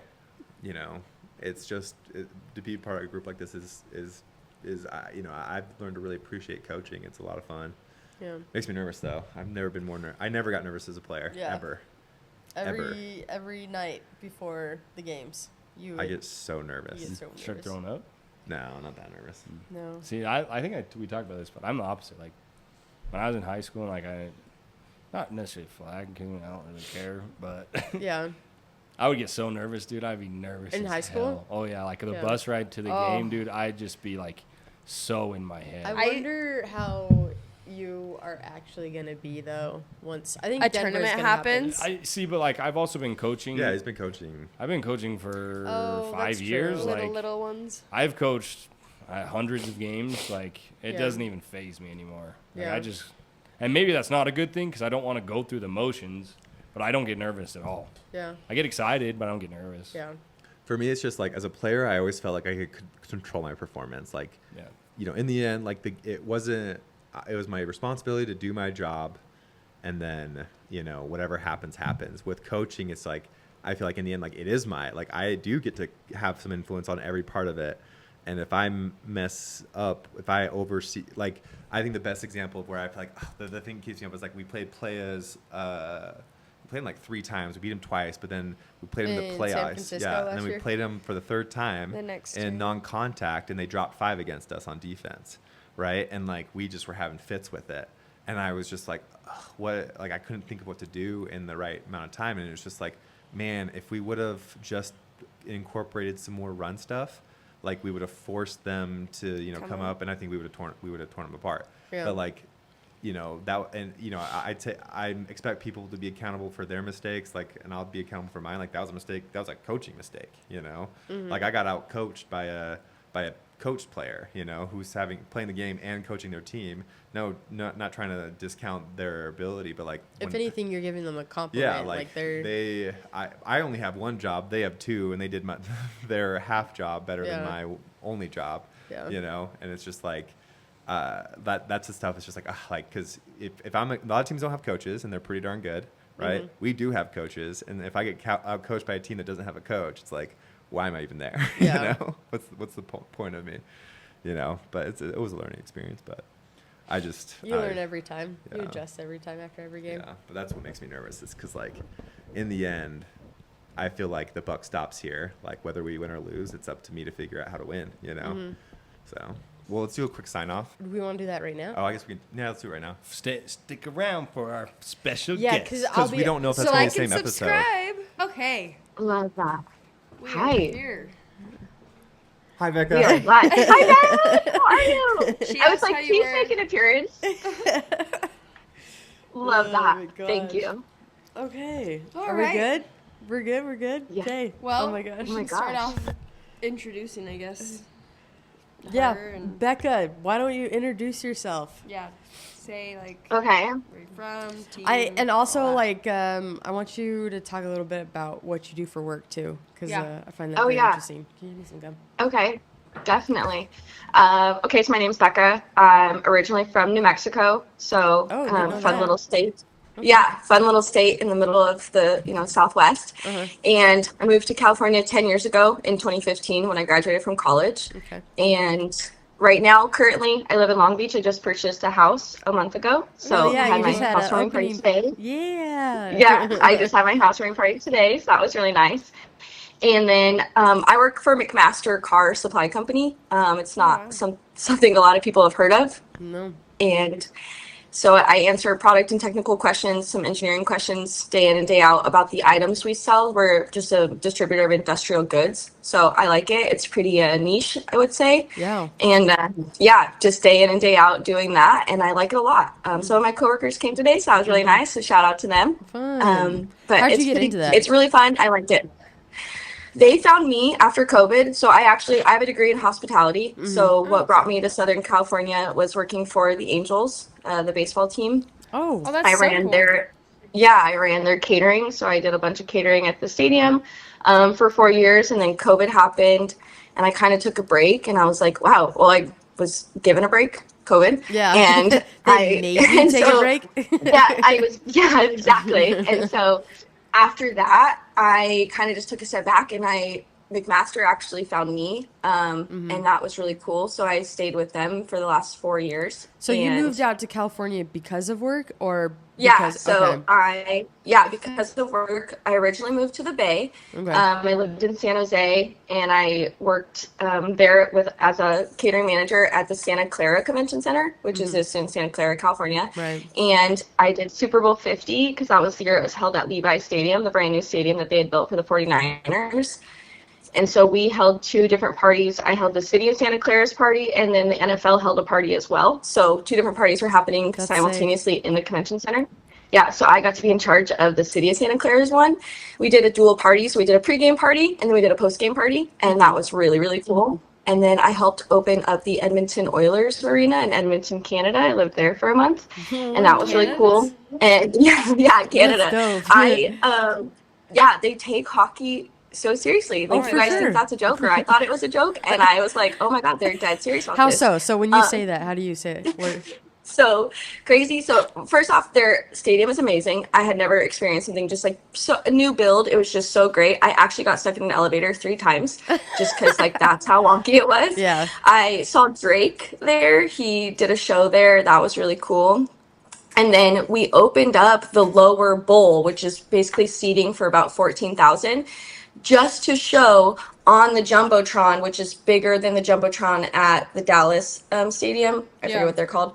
And so it's bigger than that, and we're just showing the like U18 World like Championships Canada is playing, and it's not even like a finals game, like it's like pool play, and they filled the bowl. That many people. And there's 14,000 people, and I'm like, we got hot dogs. Serious. At the concession We got hot stand. dogs. I'm like, that's it. Like, and showed up, filled the bowl, and I don't know. I think half of that, I would go 80% of that's hockey, and 20% is like they want to see this brand new stadium that got built. Like it was so cool. It was awesome. So that was really cool. I met my boss there. He was working in Phoenix at the Phoenix Convention Center. He's originally from Southern California, and he was like, I like you. I like your work ethic. Like, you want to go work at Angels with me? And I said, yeah, I want to be in Southern California. And I was there until COVID. So ran 3 seasons plus like the weird COVID season. Mm-hmm. And then I realized like McMaster found me right after COVID, and I was like, a normal 9 to 5, like I'm not working events, I'm not working 162 baseball games, like I'm not working nights and like, you know, Christmas and Thanksgivings and people's New Year's Eve parties and stuff. And I was like, let's do it. And I've had a very normal job since. And now I just travel for flag football. And I was going to say, it's a little bit easier to balance out the flag football life too, right? Yeah. And so that was really cool. So I like was playing before. There's a local league here in the beach, and it's Saturdays and Sundays, and I could make some Saturdays unless we had a game. So like if the team is gone, I could probably make it. I might not be able to because we might have an event that I'm working. And so it's just like always hit or miss and stuff. And now I'm like, I can make anything and everything as long as it happens. This league, is that the Air Raid League or was it a different league? So that's a beach league. It's called Beach City Sports. And that's like that's like the beach football? Like okay. I've seen it. That's awesome. So, yeah, it's 8-man co-ed. You have to have 3 girls on the field, 5 guys. Usually girl points are worth more, the same kind of things that we see most of the time. And that's how I met all of my friends, basically, besides Turbo, who everybody knows. But that's where we kind of picked up everybody. Michaela, Donna, Lizzie, Kendall. Really? That's where you picked we're them all up. from. Yeah, we're all from there. And we all played on like different teams, or we've played together previously. So we're all basically from Beach City Sports, and that's how we met each other. That's sick. Cool. So is that how like the team kind of got together? Was I'd say so. The team all started with Turbo. Right. I guess let me backtrack a little bit. Yeah. Let me back up. So COVID happened. Everybody's like not playing. There's no leagues happening. The world's at a standstill, and USA flag like comes out of the blue. Like we've never heard of them. I've never heard of them. I'm like, who are these people? Whatever. But they're the only ones hosting a tournament. Yeah. And so I was dating someone at the time, and they're like, we're going to travel to Mesquite for this tournament. Mm-hmm. And I'm like, I've never even heard of Mesquite. And I'm like, what's going on? I don't want to, so it's crazy. So I went with them to practice, and I was just giving them a body, like the boys a body to practice with, and they're playing this 5-man. And again, I've only ever played, in college we played 4-man and 8-man, and then I've only ever played 8-man co-ed. Mm-hmm. So I'm like running around, like there's hip moves, like they're like, oh, Becca, just rush, because like you're obviously not on this team, like whatever. And this quarterback hipped me. I was like 20 feet beyond him at that point. Like I was like, what just happened to me? Like I was like, this is crazy. Like I felt like an idiot. And their girlfriends, like other girlfriends of people on the team, were practicing too because there was going to be a women's side. So they saw me and they're like, oh my gosh, like, we think you're really good. Like, you should come play with us. And like at that point, like I was not convinced. I was like, co-ed's where it's at. Like, I only want to play this beach league because I'm good at it. Like, I don't want to play with women. Like, it's fine. So they convinced me. We go to this tournament in Mesquite. We play for the first time. So wait, we Mesquite was your first tournament too. Like, I feel like yeah, everyone's but first in tournament. 2021. Oh, Yeah, okay. but in 2021. So like when Okay. you guys came, when we played y'all, that was your first tournament, Yeah, right? so that Ish. was 2023 then, right? Or 2022? Yeah, Okay. 2023. Sorry, keep going. Yeah. No, you're totally fine. But I know what you're talking about because Yeah. we're going to touch on that because yeah. we played each other. We have a good time. It's pretty good. Like, I'm like, oh, like, this is actually pretty fun. Like, fives is completely different. Ironically enough, like, she units there, we lose to them by just a touchdown. Like, at that point, it's Jonah, Ashley Eggleston, who's out of the Bay. She now lives in Texas. Okay. And like a bunch of people that I either don't know or didn't know at the time. Like, I don't know anybody. I've never seen these people in my life. I've never played fives in my life. I have no idea what's going on.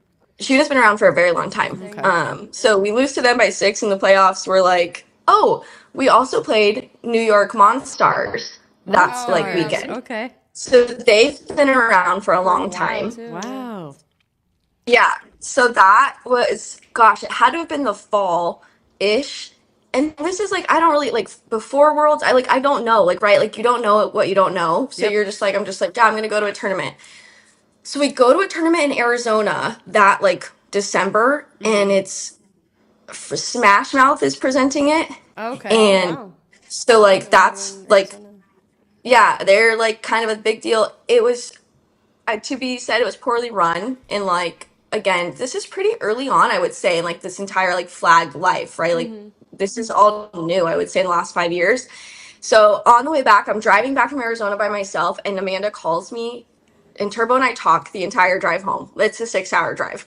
And we just, best friends. November 18th, 2020, like 2021, like, best friends. It's We're there. like, click, we got the same brain, like, here we go. So the next tournament that comes up is the infamous Vegas one in April that USA Flag continues to host. And at that time, she was just making Top Shelf. And she had asked me, but after Jack Bayona had already asked me. So I said, hey, I want to play with you.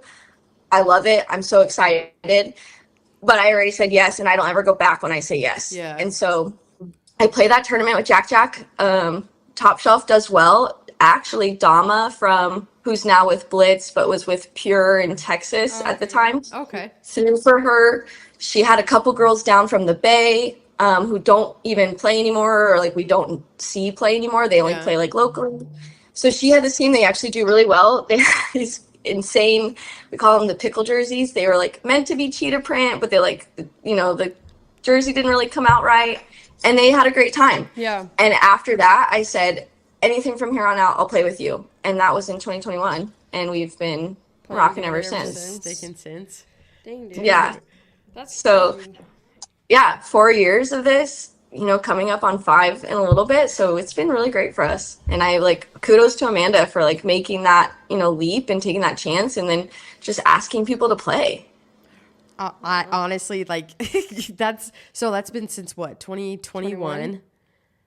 2021. Okay. When Top Shelf, got established. Okay. And so, Dude, gosh. okay. Yeah, that's been a while. And I can't even, so She Unit's been around for a while, then too, Monstars has. Monsters is that what, neon green and blue Yeah, team? they're kind of like neon. Yep. Bingo. Yeah. Bingo. And Yep. where are they from again? They're from New York. They're York? they're out of New York. Crazy. Out of I didn't know that. I would say to me the DMV area. But a lot of those teams, and we kind of talked about this, with the East Coast, West Coast, they see each other pretty, that's such a huge group of people in such a small area. Whereas we're still a huge group of people, but in a very large area. So For sure. if I really want to come see you guys, I'm okay, we're gonna go to Utah. Yeah. And that takes a day. Whereas they're hey, we're just gonna pop down to Pennsylvania and it takes 45 minutes. And I'm true. oh, okay. It's so Cool. true. Yeah. So you've been to just one Smash Mouth tournament, Or was it Yeah, a couple? that Just was one? the The one and one. the last one. That was it for us. What? Yeah, Yeah, one and done. I One heard and done. it's a little bit smaller. You've been to a couple, right? Smash Mouth was like the very first one that I did in Mesquite. Yeah. And it was Okay, kinda rough. yeah. I heard it's kind of like a good starter, to be honest. Like, I've never been to For one. teams that are like, I feel like some teams starting out, because I feel like now, well, I guess nowadays USA Flag is like way Yeah, up here. USA Flag I is would just start with, very like, Smash competitive. Mouth, Weekend Warriors, and then Yeah. USA Flag. Yeah, because like Yeah. we started last year 2 teams, and Yes. our comp team, their first one was Flag Fest last year, and so I could see that being very daunting because it's like Against Flag mixed Fest is like one of breeds. the that their first one is against mixed breeds. It's like comp. We're so sorry, like just Sorry. not- it was a lot for them because like my first tournament, it was a USA Flag, but it was the Mesquite one, and there was like what 5-6 teams. Right. And so it was a little bit smaller. It was definitely Yeah, more manageable. I can't imagine like starting your first tournament and there's like what 16 teams. Like that's gosh. very, very, very daunting. So I mean, I remember the first time playing against you guys. That was a lot of fun. I was still trying to even understand the rules, understanding kind of like where you were at, Becca, where it's just like it's very different. Yeah. I would compare it more even to basketball, to be honest, because I grew up with sevens, or not grew up, but I played a little bit up in Idaho. So sevens, down to 5, could be very, very different, especially growing or when I played, like the quarterback could run. And so I actually like Right. the 5s where the quarterback can't run because it doesn't become like this quarterback show or whatever. You have to, distribute the ball. So Right. it was very interesting because like I remember playing you guys, but it wasn't until we went to Worlds that within that same Yep. season, and it was so cool because Yep. we were going against was it Lights Out? Is this when they were like cheering you guys on? Yeah, it was like, when on you the guys were sides? cheering us on, and I absolutely loved it. I was like, okay, they have my heart. Like I thought it was the cutest. I loved it. I thought it was so cute. I'm like, hell yeah, get West Coast over here. West Coast reps. That's what it is for us. Like, so we went to Worlds the year prior. So we played you guys in Mesquite, and I had torn my ACL already. It was already done that's right, at that's that right. point. Ironically, playing you guys dislocated my knee so badly that when we so sick, so disgusting. Kendall has I know it's dislocated, and I'm like, I gotta put it back in, right? So I'm trying to put it back in, and you know when something hurts you, you kind of edge yourself away from it. You're like, Did this happen at don't touch Mesquite? your bruises. It happened at Mesquite. Shut We didn't ever up. tell anybody. So What then the did fuck? you Yeah, we didn't tell you pop it guys. We back didn't tell in? anybody. And so I'm trying to do it myself, and I'm like, okay, you can do it, right? And I can't. So I'm like, Kendall's our rusher, the tall rusher. Yeah. I'm like, hold my shin. Oh no. And I told Lizzie's on our wide receiver team, the blonde. I'm like, hold my shoulders, and I can't let myself edge away from it. I've got to put it in. So I just click, and Kendall and Lizzie took their hands off me because the way it felt to me, they felt it in holding my leg. And Kendall turned, and she was like, I'm gonna puke. I was like, oh man, I'm gonna puke. And I'm sitting there, and I'm like, oh my God, I can't believe I just did that. It broke my kneecap because it just was such a hard thing. That was the first tournament my dad ever saw us play. And he's like, just pop some ibuprofen. Yeah, you're fine. Okay, you I broke was your kneecap. You're good. So crazy. So I got it fixed. We played you guys in October. My surgery was 2 weeks later. I got it fixed. But that first time we ever played you guys, I was on the sideline. And I think, Amanda and I are just kind of looking at each other. Turbo and I are looking at each other. And these teams on the East, they are so close. And they probably see each other every weekend at all of these tournaments. Yeah. And it was just us. It was just us and you guys from the West. There's nobody past Texas. There's no one. And Amanda's like, we got to cheer from. It's West Coast all the way. And I'm I'm a little, not a hater, but I'm real we don't know these people. We don't know any. I'm I don't know. Do you know? She's like, no, it's got to be that. We got to cheer from. Because we felt every time we knocked a team out, they all stayed around and like cheered for each other against us. Mm-hmm. And so like we knock a team out, and then they're like, well, we're going to be little haters and we're going to like cheer against you for the team that's from the East Coast.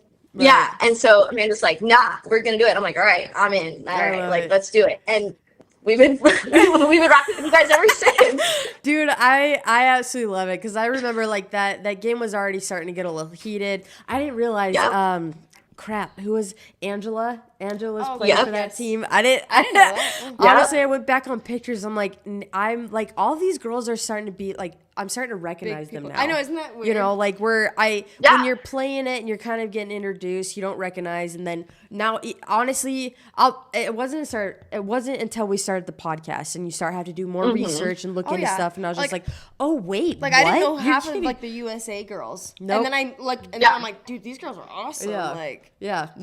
So that was kind of funny, but I absolutely loved it. We were in that game, and then all of a sudden you start seeing all these like top shelf jerseys coming in on the sideline. I love the top shelf jerseys. We'd make a catch, or we'd make like a good flagpole, and then it's just like you guys are cheering someone. I'm like, fuck yeah, we're doing it. Well, like I just like how like when I've even gone to the last couple tournaments just within the last year, like the thing about Top Shelf or like a She Unit, they're always those teams that will cheer on just like other like they've always cheered us like people on, and I like how nice and approachable these teams are. For sure. There are some teams that just they don't want to talk, like nothing. Well, and honestly, I think that's what stuck out to me, Becca, is when we went against you guys at Worlds the next year in the championship, and how you guys were still so supportive. Because, like, I'll be honest, if I was on that end, I don't know if I could talk. I don't know if I'd be like, I'm outie, I can't do this. But even when we got up on the stage, I even saw, like, Top Shelf there, there at the bottom, like, watching us. I'm like,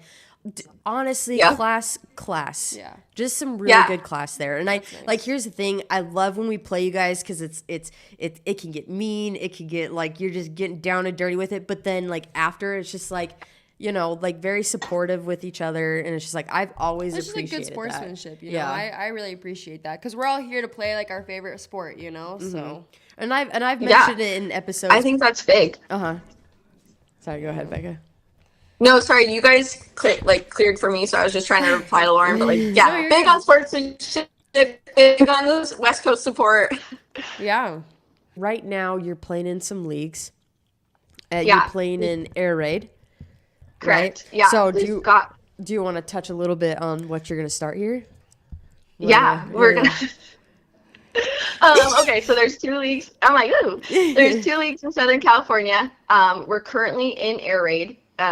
They play year-round. They actually just had their 1-year anniversary in June. Wow. So of having a women's division.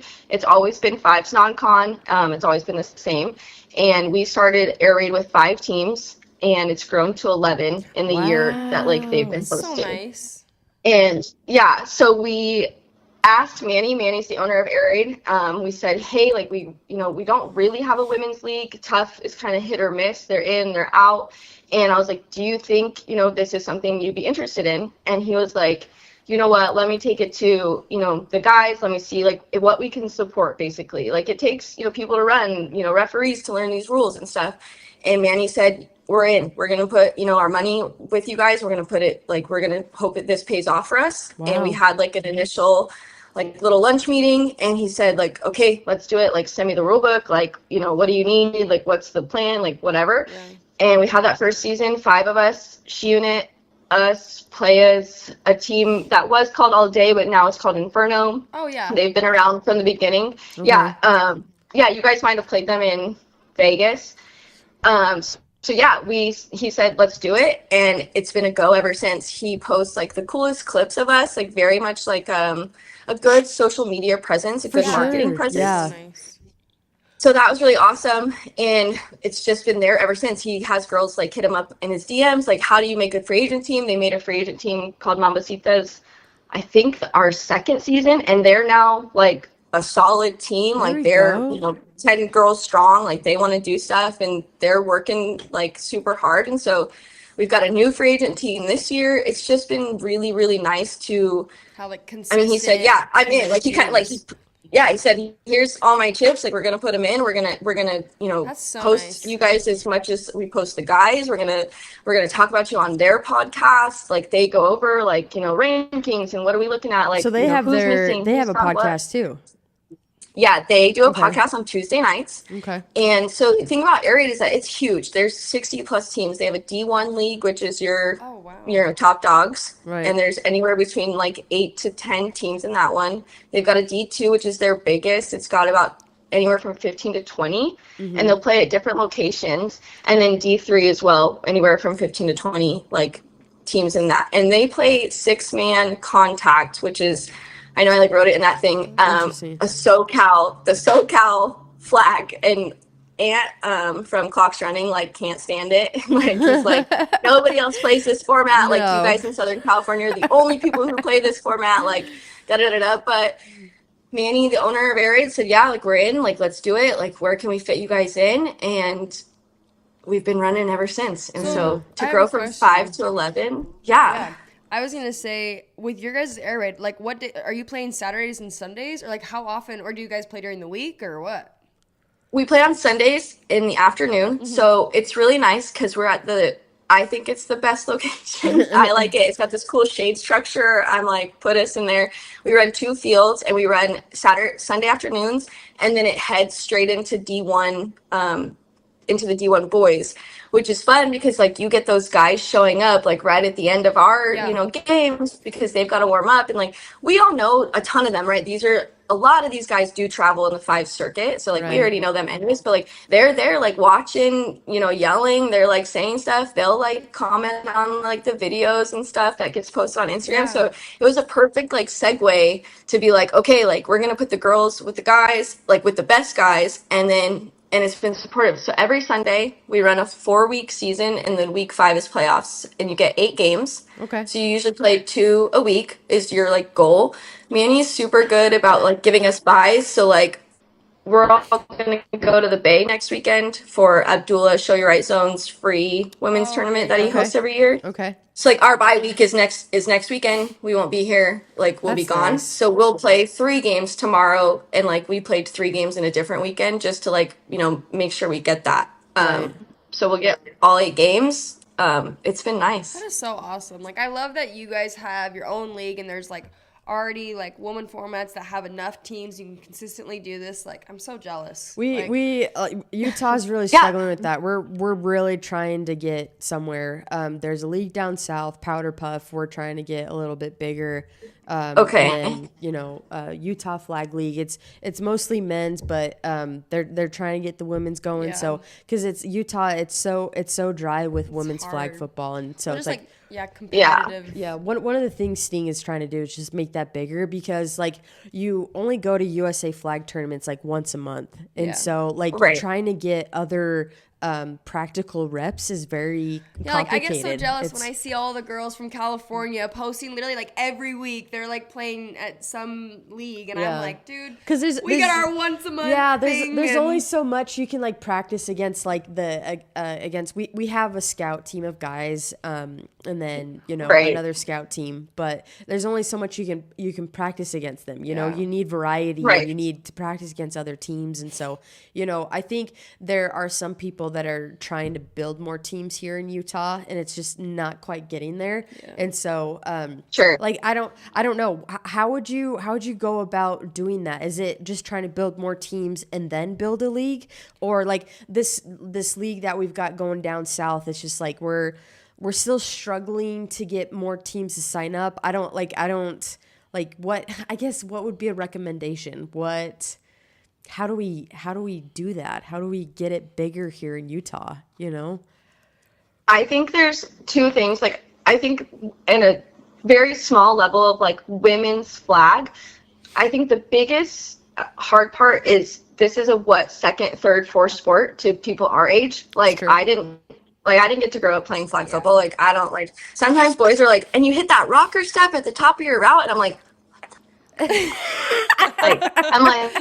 yeah, the rocker step at the top of my route. I'm like, totally. I'm like, what are you saying? Like, what are you saying to me? So I think it's like, how do you get women to want to do that and like want to learn a whole new sport at our age or whatever it is? And I think the second thing that kind of falls in that is like women quarterbacks. Like, how That's many hard. people like out there throwing like the way some of us throw, and like it isn't a normal thing. Like everybody can I don't want to say like everybody can catch, like people can catch, people can pull flags, but it's like standing back there and you're like, oh, I'm making decisions and I'm throwing this football. Yeah. I think that's a miss at like in our age. Now I'm like, every girl can throw a football. Like every girl, like when I was coaching, I'm like, okay, I know who my QB is, and I'm like, who's my backup? And every girl was like, Yeah. and I was like, oh, word. I'm Okay, like, great. y'all can throw? Like, I'm like, you guys can all I'm do here it? for Like, it. yeah, that wouldn't have happened before. And I think, too, consistent season marketing and, like, just the constant, like, consistent posting and, like, putting your money behind it. Like, Air Raid really said, okay, like, we're going to give you the same amount of support that we give our, like, guys stuff. And they drone our games, which is phenomenal. Like the film footage we get from the drone. The videos you guys post are huge. Because I'm like, very good good quality. Can only do so much. Videos, like, it's skyrockets it, I feel like. Yeah. And then it's like, but it's, yeah, sorry, keep going. No, but that's what I'm saying. Like, then it's posting them, and then it's showcasing this, like, super awesome stuff. So, like, the drone footage is, like, we call that, like, watching film. Like, I'm like, oh, I see, like, you know, I can see all 10 people in my, like, view. I'm not missing someone. Like, sometimes I get other footage, I'm like, where did this girl just come from? Like, where did she, like, off screen, in screen, like, where did she go? Yeah. But, and then the reels, like, those, I want to call them the cloudy, like, it's the cool, right? It's someone with that cool it's eye catcher. It brings people in, you know? Yeah. And I think that was a big thing that they said, okay, like, we're going to give you the same stuff. We're going to give you the exact same stuff. We're going to post about you guys just as much. So I think it's that. And then running a consistent season or, like, seasons. Yeah. Everybody knows, like, with BCS, the beach league we're talking about, there are 4 seasons in a year. Everybody knows when the summer season's happening, and their seasons are much longer because they play one game once a week. Like, you know when summer season's happening, and then there's a 4-week break in August, and then you know when fall season's happening. Then there's a 3-week break, and then you know when winter season's happening. Like, you know, so even if you took time off, you know you can come back. Right. Mm-hmm.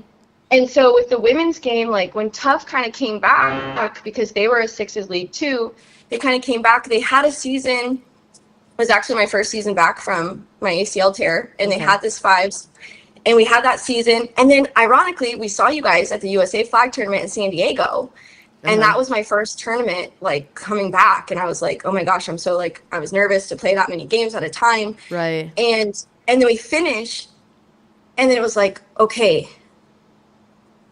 we're gonna play again? Are we sure? Like, and we didn't know. And we didn't know when we were gonna play again. Yeah. And so that was like perfect reps for us. And then we got nothing. And then we didn't get anything until March. And so it was 6 months later. Oh, and they're like, okay, we're gonna run a season. Shit. Right? And then people have lost interest, like, you didn't post, like, there's nothing there, there was no, like, whatever. And then we had that, and then we didn't have a season again until June. Oh, wow. And it was like, okay, like, so then, like, so if you kind of got girls in, but then they're like, okay, like, we're ready for the next season, or, like, you had one team take off, and then they're like, well, we don't know when we're going to be back.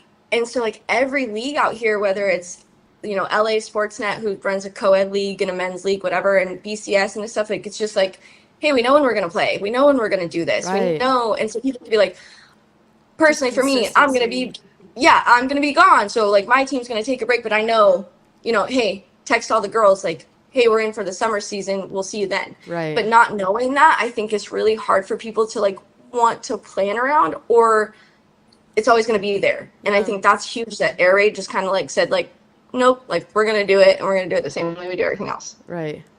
I love it. So I'd say that. I'd say, like, marketing, you got to just market Especially everything you can. Media. Yeah.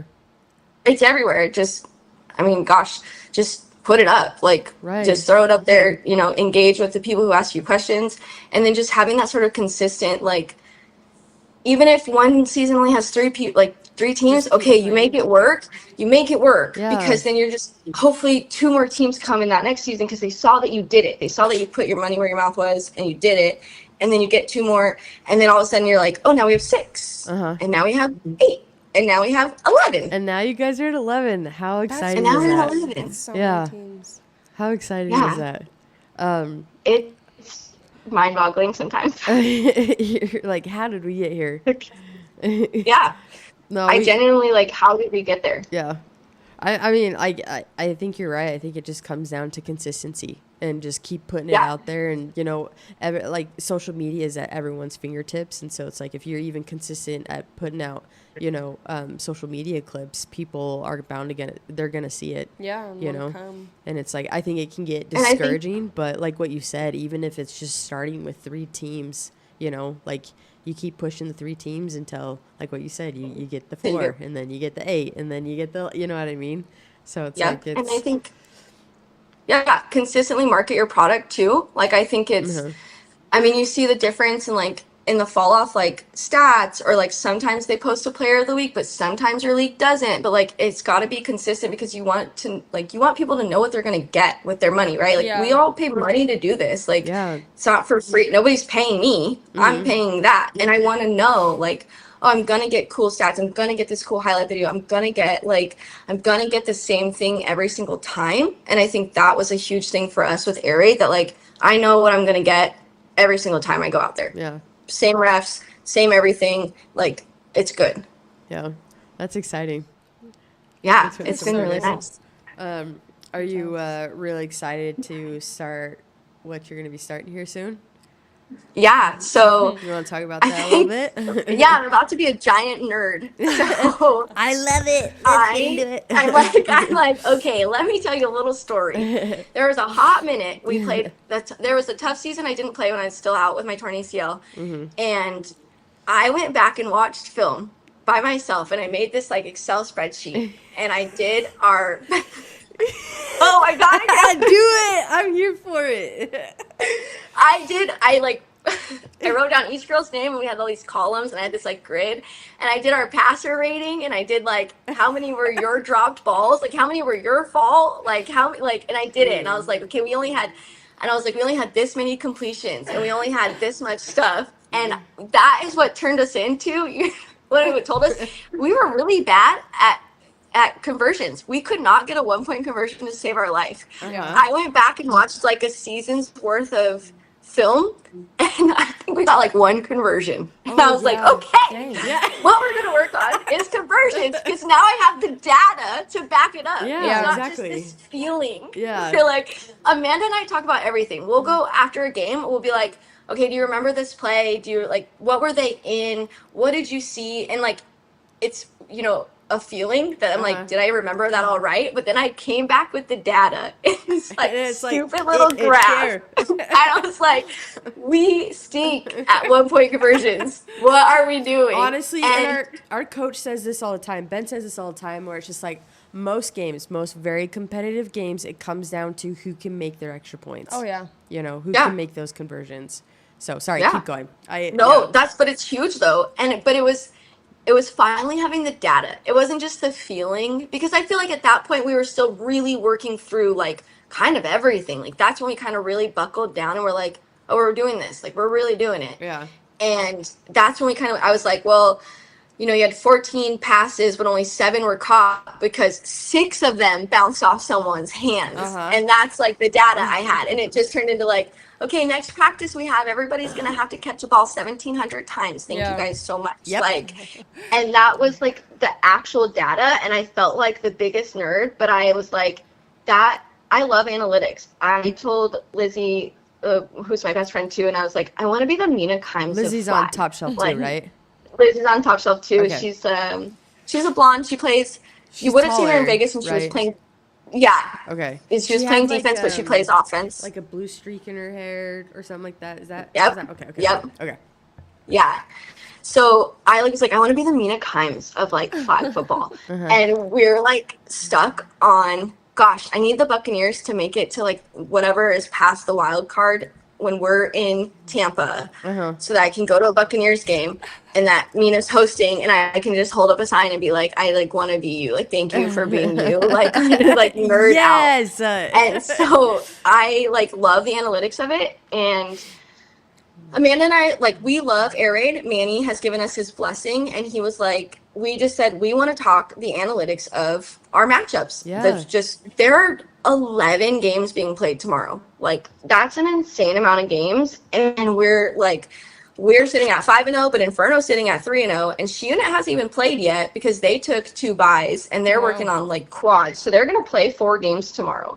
And we're like, what does that look like? Yeah. What does that look like if they do this and this person does this? And we just want to go over everything. So we are just doing our very first podcast tomorrow about just straight up air raid analytics, the matchups, like the this, the that. And we're gonna prop my TV up and we're gonna go over film. And because we have such good film footage, it's like, hey, I might be calling out some of your defenses because I'm like, if I'm Nessa who's throwing for Inferno, like I'm taking this, out route because this corner always bails. Yeah. And I'm gonna and we're like, we might as well make these teams better, but you take it as you want. Like if they take it, they don't, whatever. Like those are the things we do week in and week out when we watch film to make ourselves better. That we're like, let's just do it for everybody. How are you guys getting your footage? Is it drone, like a bird's eye view, or are you guys like?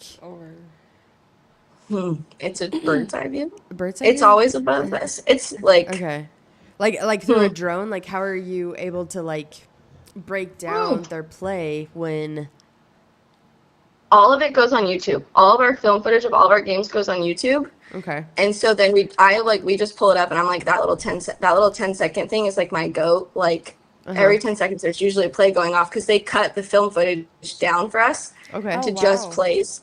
Yeah, so they drone the whole game and then they go back and cut it so it's just air raid. like it's basically air raid drones. Yeah, okay. Air raid flag so football. nice. Yeah, air raid cuts it before it goes up. So every film, like I They're told our girls putting really money early into on. this. Yeah, like I'm like, if you guys don't watch the film, it's 5 minutes long. Yeah. Like our game is got cut down to 5 minutes. Like you guys got 5 minutes. I know you're scrolling Instagram. Yeah, for real. Like go watch your film. And so they cut it, and Amanda and I are just over there like clicking through, and I'm like, oh, did you see that they were like, when they went spread, they looked like this, and like when they were in bunch, they looked like this. And so we're just gonna prop that up on the TV and just start calling people out. I love it. That is so cool. No, I can't wait. That'll be awesome. Yeah, we. I love like the idea of that, looking at it like from an analytical standpoint. Like I actually really like that. Like I wouldn't think about those things, and I'm like, oh, like Just I kind of wish we breaking played down in that film. league so they could do that. Yeah, I know, right? I love that though. Steady. Yeah, and I think I'll tell you a nerdy story that like it's not embarrassing, but like I'm like trying. So I did that stint for USA football, where I coached the U12 blue team, which was the West Coast side. And, turns out like I don't really like coaching like that because I think that everybody thinks the way I think. And I'm like, oh, you didn't just see that? You didn't just see that like the defender did this, so you got to do this. And like that kind of thing that I was, I hit up Nate, probably like 6 months ago. And I was like, if you guys ever get like an analytics like person, like if you want someone to just sit down and watch 10 hours of film and then give you like a report, I'd like to be that person. Like I'd like to be that person. There you go. And we know they exist like in the real world. For sure. Baseball has them. I called them the nerd herd because there's just like these 6 geeky kids. They're men. These 6 geeky men that I'm like, oh man, you probably graduated from Stanford. They did. Or like Harvard, they also did. And you're just staring at like analytics of these guys for hours a day. And then you're like sending your report to whomever is going to read it to be like, okay, against lefty batters, like this person doesn't match up well because the sinker does this. Yeah. See, that's super fun. Like that's what I want. I want to be that. Yeah. And like, why not for flag football? You don't really see that for flag football yet. And it's just like, you really could start pioneering that way. It's just like that. Why not? I will watch anybody's film. We watched, I'm sure you guys, IFAF, that happened last year in Finland. And gosh, again, Turbo and I are nerdy.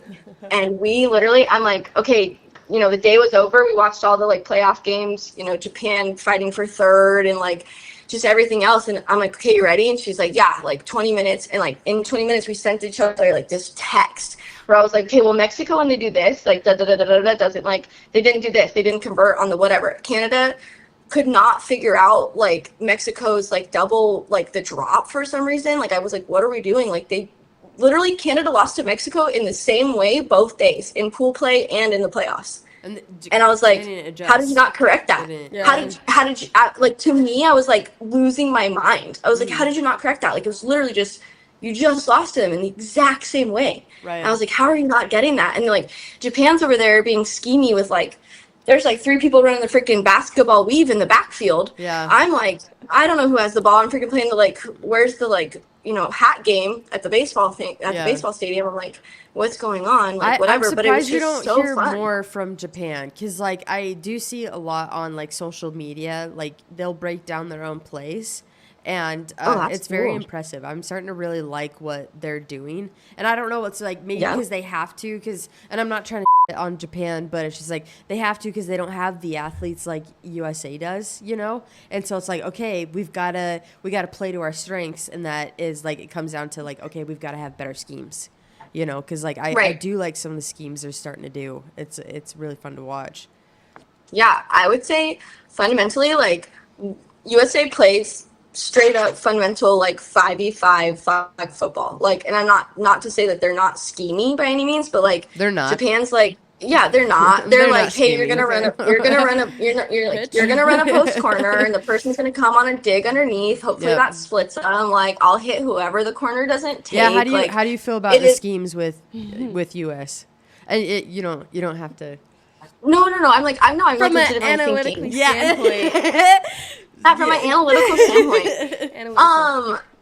I think okay, so if I had to say, like, I think they're playing to their strengths and that they're out-athleting most teams. Okay. They're I like it. stronger, faster, like, they're going to run the post corner, and it's going to be so good because they're out, like, Madison Fulford is out-athleting that DB. Yeah, like, right, like, Izzy is out-athleting that DB, right? Like, and I think, so again, I think that's to their strength, whereas, like, I mean, I'll say Top Shelf is schemy too, because we're at, like, I am 5 feet tall coming out of the center. No one's like, Becca, run down there. We're going to jump ball.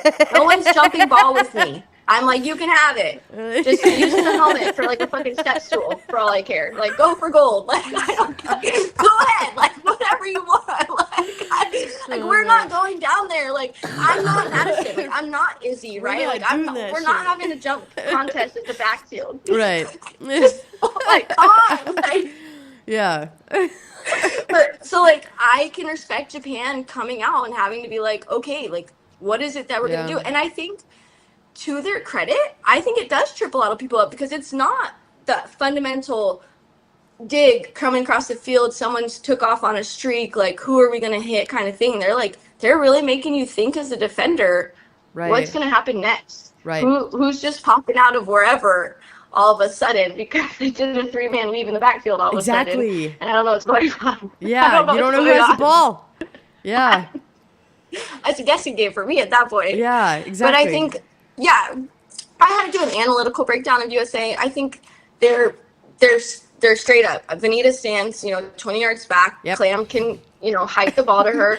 She's not concerned about the rush. Like, right, she's 20, so far back. Like, gosh, she's so far back. Like, she's like, and she can then throw it, whatever distance she wants to. So I think that's fine. And I think maybe a little faith in having the like out athleteism going. Like, she's like, yeah, Madison, like, please just go get Jump this. ball. Like, definitely. like, or Izzy. Yeah, and I think kudos to them, because like, God, if I was only 7 more inches tall, like we'd be fighting, but like we'd be having a jump ball contest. But so I think that's good for them, and I think that they they play to that well. And I think, I don't want to say like, it's not broken, don't fix it kind of thing, but like, until other countries can get there, I think that's a good way to win. See, but do you want even the countries to get to that, or do you want to be constantly pushing the envelope? You know what I mean? Like, and that's like both. our kind I of want critique. both. Like, that's where we're at, where it's just like, like, if there's going to be one sport that USA can be like, that's our sport, is football, right? And it's like, we should always be, moving the ladder with that. And, that's where I get a little frustrated, because it's just like, I understand the whole, like, why fix it if it's not broke, but it's just like, they're doing their job, right? I do see cracks. And, it's like, I do feel like you should. There's areas that we could improve on, and it's like, why not? Like, if you look at like the USA men's team, they're literally trying to look at the NFL team because they want the best of the best. Right. They're not just gonna keep it because it's like, oh, if it ain't broke, don't fix it. Like, Yeah. why aren't we doing the same? Like, Right. why aren't we wanting to improve in all aspects? You know, if we're lacking somewhere, like, I don't know. It's hard because it's like we're not losing, right? USA is doing great, so it's. But like I do feel like these teams are starting to creep up a little bit, you know, even in this 100%. In this international bowl or Oh, whatever. They played against Canada in the championship and there was some struggle was there. close. And it's just like honestly with the Yeah. athletes we have, I don't think there should have been a struggle. Yeah. You know what I mean? Like Right. there really shouldn't have. There should be no struggle if you have good schemes and like with the athletes that we have.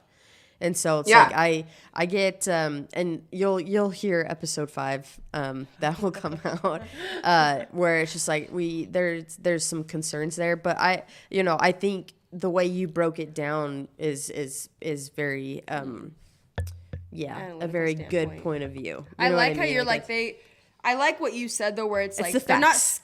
schemy, but it's like they play or they use their athlete's strengths. they play to their How do you strengths. say it? Yeah, Yeah, I they like play how their you said that strengths. because I'm like, that is true. That is, I had never thought about it that way, and I'm like, I agree. Right.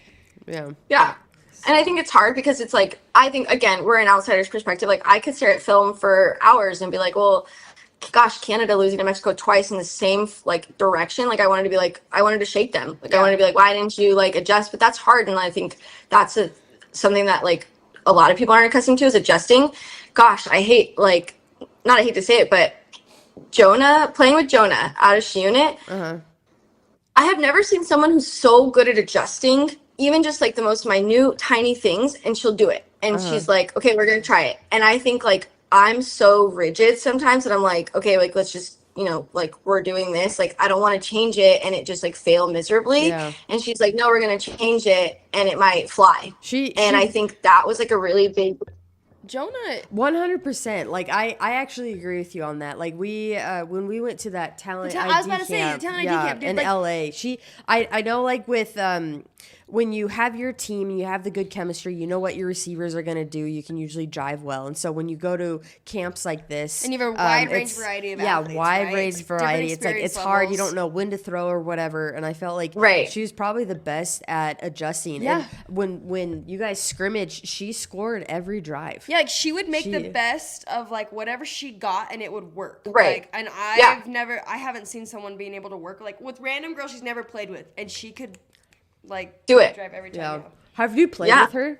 Like, have you? Yeah, I've okay. actually, Is she fun to play with? She definitely is. I think I played with her when I tore my ACL. That was with Unit. And then okay. I've definitely come back. Obviously, Top Shelf's, like, that's my jam. But if we're not in a tournament, she knows that she's, like, more than welcome to ask me. And I think we've gotten to the point where we have played with each other, so frequently in that sense. Yeah. That Jonah's real good about she'll call her plays, right? Like she's not calling a play off the wrist coach. Like she's like, you do the route, you do this route, you do this route. Right. And especially being a center, I'm last. I'm always last. Like the play is not designed for the center to go somewhere crazy. Like that's just not what it is. So I'm always last. And so we've gotten to a point of like mutual respect where sometimes she's like, and then Becca run and out to the right. And I'm like, no, because you just gave, Kira this like a route that's going to put us in the same spot. Yeah. And that's enough. Like we've gotten to that point where she'll go, okay, then wherever it is, whatever the off route is, if she gives someone a corner to the left, she knows that my out route is going to be the left. Like at that point, like we've gotten to that point so many times that it's like, cool, I trust you to trust me to just be able to do my job, I guess, at the end of it. So I'm listening to 3 other routes, and then it's me making a determining factor, like, analytically, like, okay, that's where I'm going to go. Right. I'm going to either hitch in the middle, like, I mean, as a center, I get 4 routes at the like grand scheme of my life. It's a hitch in the middle. It's, like, quick arrows to the left or right or a corner. Like, I'm not doing anything crazy over here. Right. And she trusts me enough that, like, I could be like, okay, well, here's what I'm going to do because that's what you told someone else to do 1, 2, 3, and it's cool. And so I think so I've definitely played with her enough times to be able to have that. Yeah. Well, that's fun. Awesome. Yeah, no, she's pretty Well, impressive. and I'm sure she doesn't get a lot of centers especially that like actually listen to the other routes given to the other receivers to be like, no, I like, that are actually aware of what's going on, because I'm sure most people just are focused on their one route and that's it. So that's awesome though for you. Like, I have a lot of respect for you and the fact that you pay attention to so much and how you view these things. Like, it makes me want to be like better. I'm like, I should look at stuff like that. So yeah, awesome. I think game management was like big on Turbo 9's mind when we first started out. We like would lose games. Oh God, there was a year where we lost like 5 championships by 1 point. No. We just had really? never experienced like just 1 point. We lost a championship in Tough by 1. We lost a local SoCal tournament by 1. We lost Abdullah's Bay tournament by 1. And then we lost something else by 1. And I was like, dang. Like, I don't like that feeling. I was like, this is getting kind of odd. And so I think we took ourselves like really seriously with game management, like when to call a timeout, when not to call a timeout. Is clock running? Is clock not running? And I think, again, the reps of a local league where you're just seeing them, like, gosh, not in a bad way, but like we might be blowing teams out at halftime and we get a turnover and clock's running, right to go into the half. There's nothing to stop it other than a timeout. And I'm literally like, we're on the minute drill. Like, I don't care if it's 26-0 because I want our girls to get used to it. Yeah. That like, and like, we're like sprinting down the field. I'm like, we're on the minute drill, like call 2 plays. Like we're already like, and it's like, practice. Okay, we're going to run 5 then 8, like 5 then 8. And it's like that. And we're just up and down the field and then turn around, we go to tournament and we're on the minute drill and it's like second nature. Yeah. And we're like, okay, like minute drill, like we know, like everybody on the field is like, go. It's go time because I'm not wasting time out in the first half because we don't know what we're doing. Yep. I love it. I think that's huge. So you've coached, right? You've coached for USA Football. Yeah. And so how did you get into that? How did you cool. like it? How did you... I am so funny. Nate was the one who hit me up, and the one he that was coaches like, for Game Changers, right? Game Changers, right? Yeah, okay. And we're cool. I respect, I adore, I love Nate like a ton, right? And he was like, I think you'd like really enjoy coaching. Like I already help out with some local teams here where I'm like, again, like I think I'm a better analytics driven person than I am like being like fundamental like driven, because like I want them to understand the game from a brain perspective. We're not out athleting people over here. This is not jump ball. Like every woman out there is like probably along the same lines. Like I'm not like we're gonna go head to head and like not everybody has freaking Summer on their team standing at 6'1" where I'm like, yeah, just toss it up. We're having a great time. Like, right? Like that just doesn't happen. Like, right? Like not everybody has the Maddie Murphy or Nina. Like it just isn't always going to work like that. Right. And so like, I'd rather be smart than rather be like, gosh, I hope she catches this one. Like, right. Throw it up down there. It's fine. Like we just aren't that. So like, I want to get the girls to understand how to play the game. Like, why are you splitting a corner and how does that happen? Like, where are you sending the middle and can you replace that person somewhere? And so Nate was like, I think you'd be really good at coaching. So I did the week of Select Bowl. Okay. Super, super fun. I just like, I'm not like, sometimes I'm like, what are we not understanding? Like, I'm like, what are we not understanding? You're like I'm like, get this. Yeah, what age? Yeah, and I'm like, this perfectly.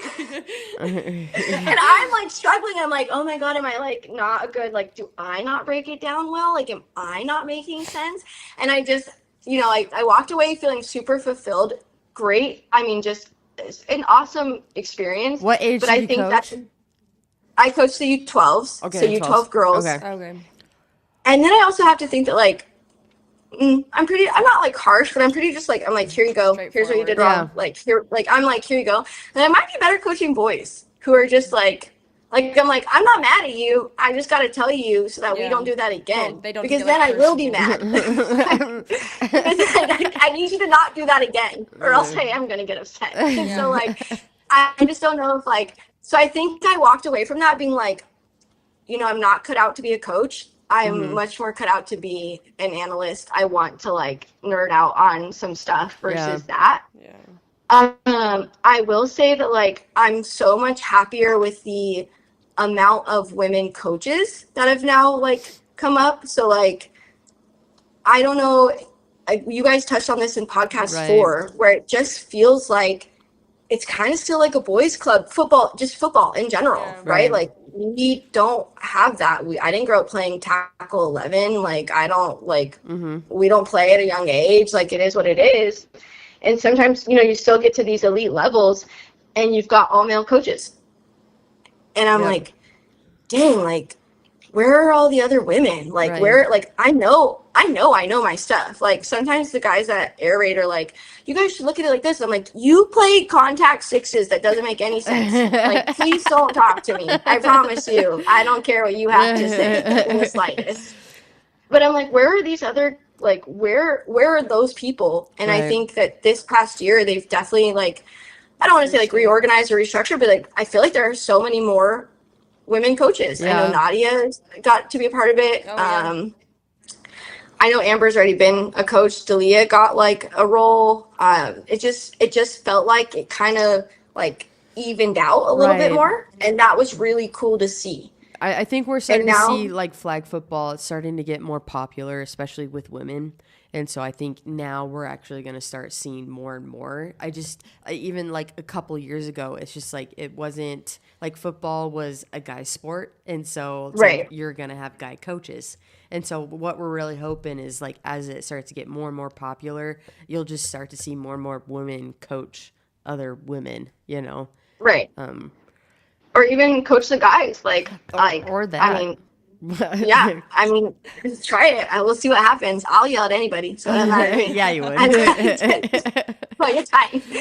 But I think so. Yeah, I think this year seeing quite a few more female coaches was really awesome, and I like really enjoyed that. And I'm really hoping that like trend continues. Yeah. But I think across the board too, like even in Southern California, they have all high schools have to offer sevens with the screen at the line kind of thing. And I still look and I'm like, oh, it's like a male coach. Like, where I know there are women out there who like flag football. Like I know that's got it. Like, where are they? And why is this not enticing to them? Right. Yeah. I do find it interesting. I think, I don't know why. 'Cause I've even thought about it where it's just like, do I want to start coaching after playing? And it's like, it's very enticing. I think it's fun. And, I didn't play all last season and, it was really fun. We missed you. I missed it. I think every tournament I like walked around and I was like, are you playing yet? Are you playing made yet? me really sad. She's just talking shit on the sideline. Yeah, I'm just talking shit. That's what I like to do. But I very much enjoyed coaching those comp girls. I mean, like we had our coach, but just being on the sidelines helping out with the fundamental kind of stuff. It's very fun. So I don't know why we're not seeing more.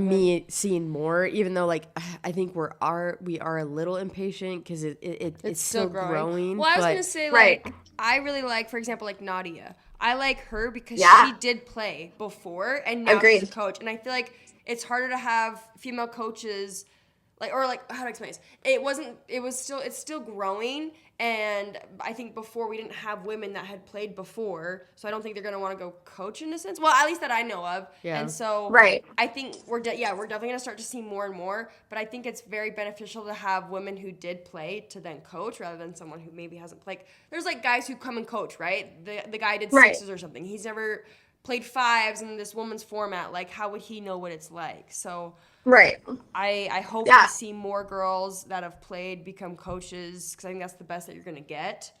But yeah, I think it just takes time. As you said, I think we're being impatient. Yeah, just a little impatient because I think there should still be more. And I think some girls, like after they're done playing, they're like, okay, I'm done kind of thing. And it's like, you have so much knowledge, so much experience. It'd be fun to see you out there, coaching. But, I think we're going to start seeing more. Well, I think just using social media too as a tactic. For example, like after we went to that talent ID camp, I started getting emails like, hey, are you interested in like helping being a coach at like a USA football camp? And I'm like, okay, I think they need to just push more for that too, because that'll start to bring more people in. Yeah. Well, because I think maybe like some girls, they don't know like the offers they don't know where to there. go. Like they don't know. Yeah. So. Yeah. I think we'll see a couple more. Yeah. We'll see more coming through. But I know there's girls out there that's gotta want to come coach. So we just gotta find them. So. Yeah. I agree. Maybe I am being impatient. I think you could still. I shouldn't say. We want it now. I shouldn't say impatient because right now we do want it right now too. So it's like I'm seeing both sides right now. Where it's just like we are starting to see more, but we still want to. Again, we want to keep pushing that envelope. We want to keep pushing the boundaries of of that aspect of things. So it's like we can stand to be a little impatient. Yeah, we're a little always pushy. Yeah. Just a little pushy. Keep it. No, but I think it's so cool that you went and you coached, you got that opportunity, and you learned, and you're like, you know what? I want to do the analytical standpoint, but it's like not everyone can be like, oh yeah, I just went and coached a USA team, US 12, Yeah. USA team. Like that is so awesome. Yeah. So. Yeah, I mean, and like there are so many coaches there that like I want to like pick their brains. Like, what do you think? Like, I think when people drop into a cover 3, like I'm gonna attack this, and like is that what you also do, or am I just like ill thinking that? Like, is that just not the same thought, or like was that a silly thought? Like, I'm like, oh, if someone's got a double, I usually always send my like middle, but like, is it better to drop the corner and like everybody shifts, or like?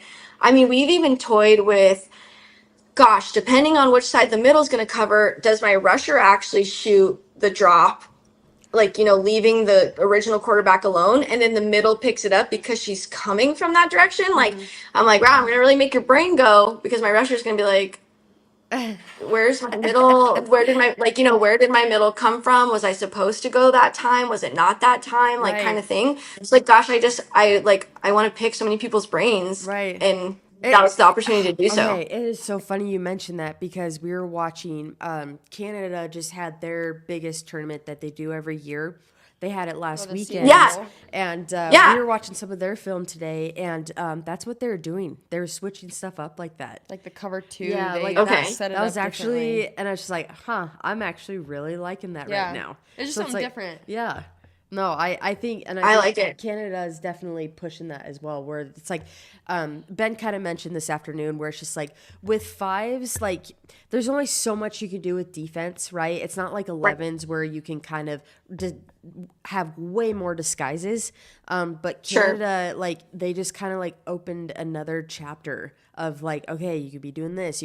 I really invite you to watch their it's the championship game against Matrix, the red Canadian team. Yeah. That was the only game we were able to watch. I want to watch the other ones because I want to see what they do. Is it on Instagram, or should I go look for something specific? I had to look up Let me circle back to you on that. I forgot. Yeah. What Okay. I did. That was something you had to like Ben, subscribe tell to. me. Yeah, we might have to give you the information to like Okay. log in and stuff, because it's Okay. I would Yeah, actually want It wasn't easily accessible, I guess. Yeah. No, got it. I'll Okay. send you information. I kind of want Sure. I kind of want you to watch it and Analyze get it. get Okay. back to us, see how you think about it, because it's I'm liking Okay. what Canada's doing, at least on defense. We weren't really paying attention too much to offense. Oh yeah. I mean, it was pretty basic simple stuff. So. Like they just did high lows, and I think that's what most teams should do anyways, is just a bunch of high low schemes. But defensively wise, I was like, it was different, I kind of liked it, yeah. Okay. So Okay. we'll I mean, start that's over. something too. Gosh, we know we lost to you guys in the Worlds for 2023, or 2024, You and had then us, bro. We were. and then we went, and that's just the way it goes. What was that? Yeah, it's fine. But we turned around, and we made changes. We we buckled down into league and stuff, and then, gosh, this loss doesn't even feel nearly, I don't want to say as bad, but like we lost to a Canadian team in the championships, and this one was a little to me controversial. There was like an encroachment call, like clock was running. Gosh, it's just so, it was pretty frustrating, like from our standpoint, just to have it happen. But they definitely did some scheming things on their offense that made our defense kind of like, take a step back and like, oh shoot, like what are we in? Because they changed what they came out in. And so I think that was really cool for us. Gosh, I don't want to say really cool. I hate losing, but it was something to come back away from. And, it took 6 months for us. Like we really took a brain, like I was like, I need time. Like it's going to be a lot. And now we're like, hey, we're going to employ that. We're going to take that. We're going to use it, and we're going to like use it effectively against people. And I think that was like a big step. But yeah, Canada's coming. I think Canada's coming. Well, Mexico's like you look at Worlds coming. and it's just like, I think there was 3-4 different teams that took a ship home. Canadian teams. Yep. Yeah. So I right now I think they're the best country. Like they're killing it. I'm excited. I mean, yeah. What did they? Didn't they win non-con and air it something? out? And air it out. Yeah. We lost to both those teams that won it all. Yeah. So don't feel too bad. See, hey, then like kudos to you, because then like, what are you gonna do? Yeah. Like, you just learn and adjust. And I think the biggest takeaway is just consistency for the Sting. They're very disciplined. Like honestly, it comes down to like who makes the mistake. First, and I think with Sting, like they made like a drop pass and a missed flag, and like Canada, they just don't do that. Yeah. They don't have like they're not like USA where it's like they have these big massive plays or whatever. It's just they just take dunk a couple, and dunk down the time. field, and they know they're gonna catch. Yeah, they know that they're gonna catch every ball. They know that they're gonna pull every flag. Right. So they're just gonna wait for you to make the mistake. And so once a lot of US teams realize like, oh wait, we just can't make those mistakes, it'll come down to then who's the better athlete, And so it's just like right now I think Canada is killing it, at least with USA Flag Worlds, because they were pretty dominant last year as well. And so once these other USA teams start to realize like, oh, like every drop or like every catch, every pulled flag is just, it's so important, Right. And I think go ahead. That's for everybody. Yeah. You're right. Like it's the discipline of that. And I think, gosh, even the times like they did miss, like threw it a little too high, like just outstretched hands. They just walked back and were like, next. Yep. And like, so completely wiped it. And they just knew that it's like, hey, that's fine. We're going to get this next, conversion. We're going to get the double amount of yardage. Crazy amount of like the whole, everybody's always like, talking about the fish experience, like to like be a fish, forget what happened. Yeah. I think it's like true in two senses, like big in the moment, can't like gotta wipe it. You can't think about it. So then like you gotta go back though at some point. In 6 months for us, that was a little rough, but like, you gotta go back and be able to say like, okay, what is it? Like, what is it that was different? What is it that was stuff? And I think sometimes some teams don't even do that, or they don't even realize like how that could benefit them. Right. And I mean, that's big for us. Like, we always go back and we look at stuff and we revisit. And I just don't know. I can't speak for any other teams. I'm like, do other people do that? Or are we just like that crazy? No, you guys aren't crazy at all. That's exactly what we do. I love it. We film every single game, and then we put it up on Google, and then probably after every tournament we'll give girls like a week break, and then that following week Ben will put up the screen and the girls are there, and he goes heavy into detail, going through every little thing, calls you out, and I like it, because you're just trying to improve you want to improve yourself to the team. We study the out of our games. Yeah. And then we study other teams. And it might become more and more of a trend. I'm not quite seeing it yet. But no, you're not crazy, because we've been doing that from the start, and I think that's how, huge, teams like us, where it's just like, we're able to, excel a lot quicker. And so, I think other teams, when they start figuring that out, like it's very important. You get to go back and see like, okay, this is something we got to do. This is something we've got to fix. You are not crazy. I 100% agree. Okay. Like, you need to be doing that. 100%. And I feel like everybody says they do, but do they really? Like, are you really deep diving? And so I think that's something, I mean, we're going to touch on it tomorrow with like our local teams. Like, hey, like we do that locally. Like, do I need to watch film on some of you? Probably not. Like, just to be honest, like I probably don't need to do this, but I like to still watch because it still gives you an idea and it gets you into the practice of like doing so. And I think some girls just miss that, like that they like are like, well, I don't know what I'm watching, or they're just watching themselves. Sure. And it's like, it takes like a shift to say like, what am I looking for and how do I find it? And I think that's something to be taught. For sure. And, like, some girls are just watching film. Why you're running this play, what it's doing, Yep. Yeah, that was huge. I mean, Amanda and I took a time with like a bunch of these teams and we're like, okay, send us your plays. Like, not because we like are going to steal them, because we don't and we won't, but like, and then we had them like, who's your hot route? Like, what was the breakdown for here? And they didn't know.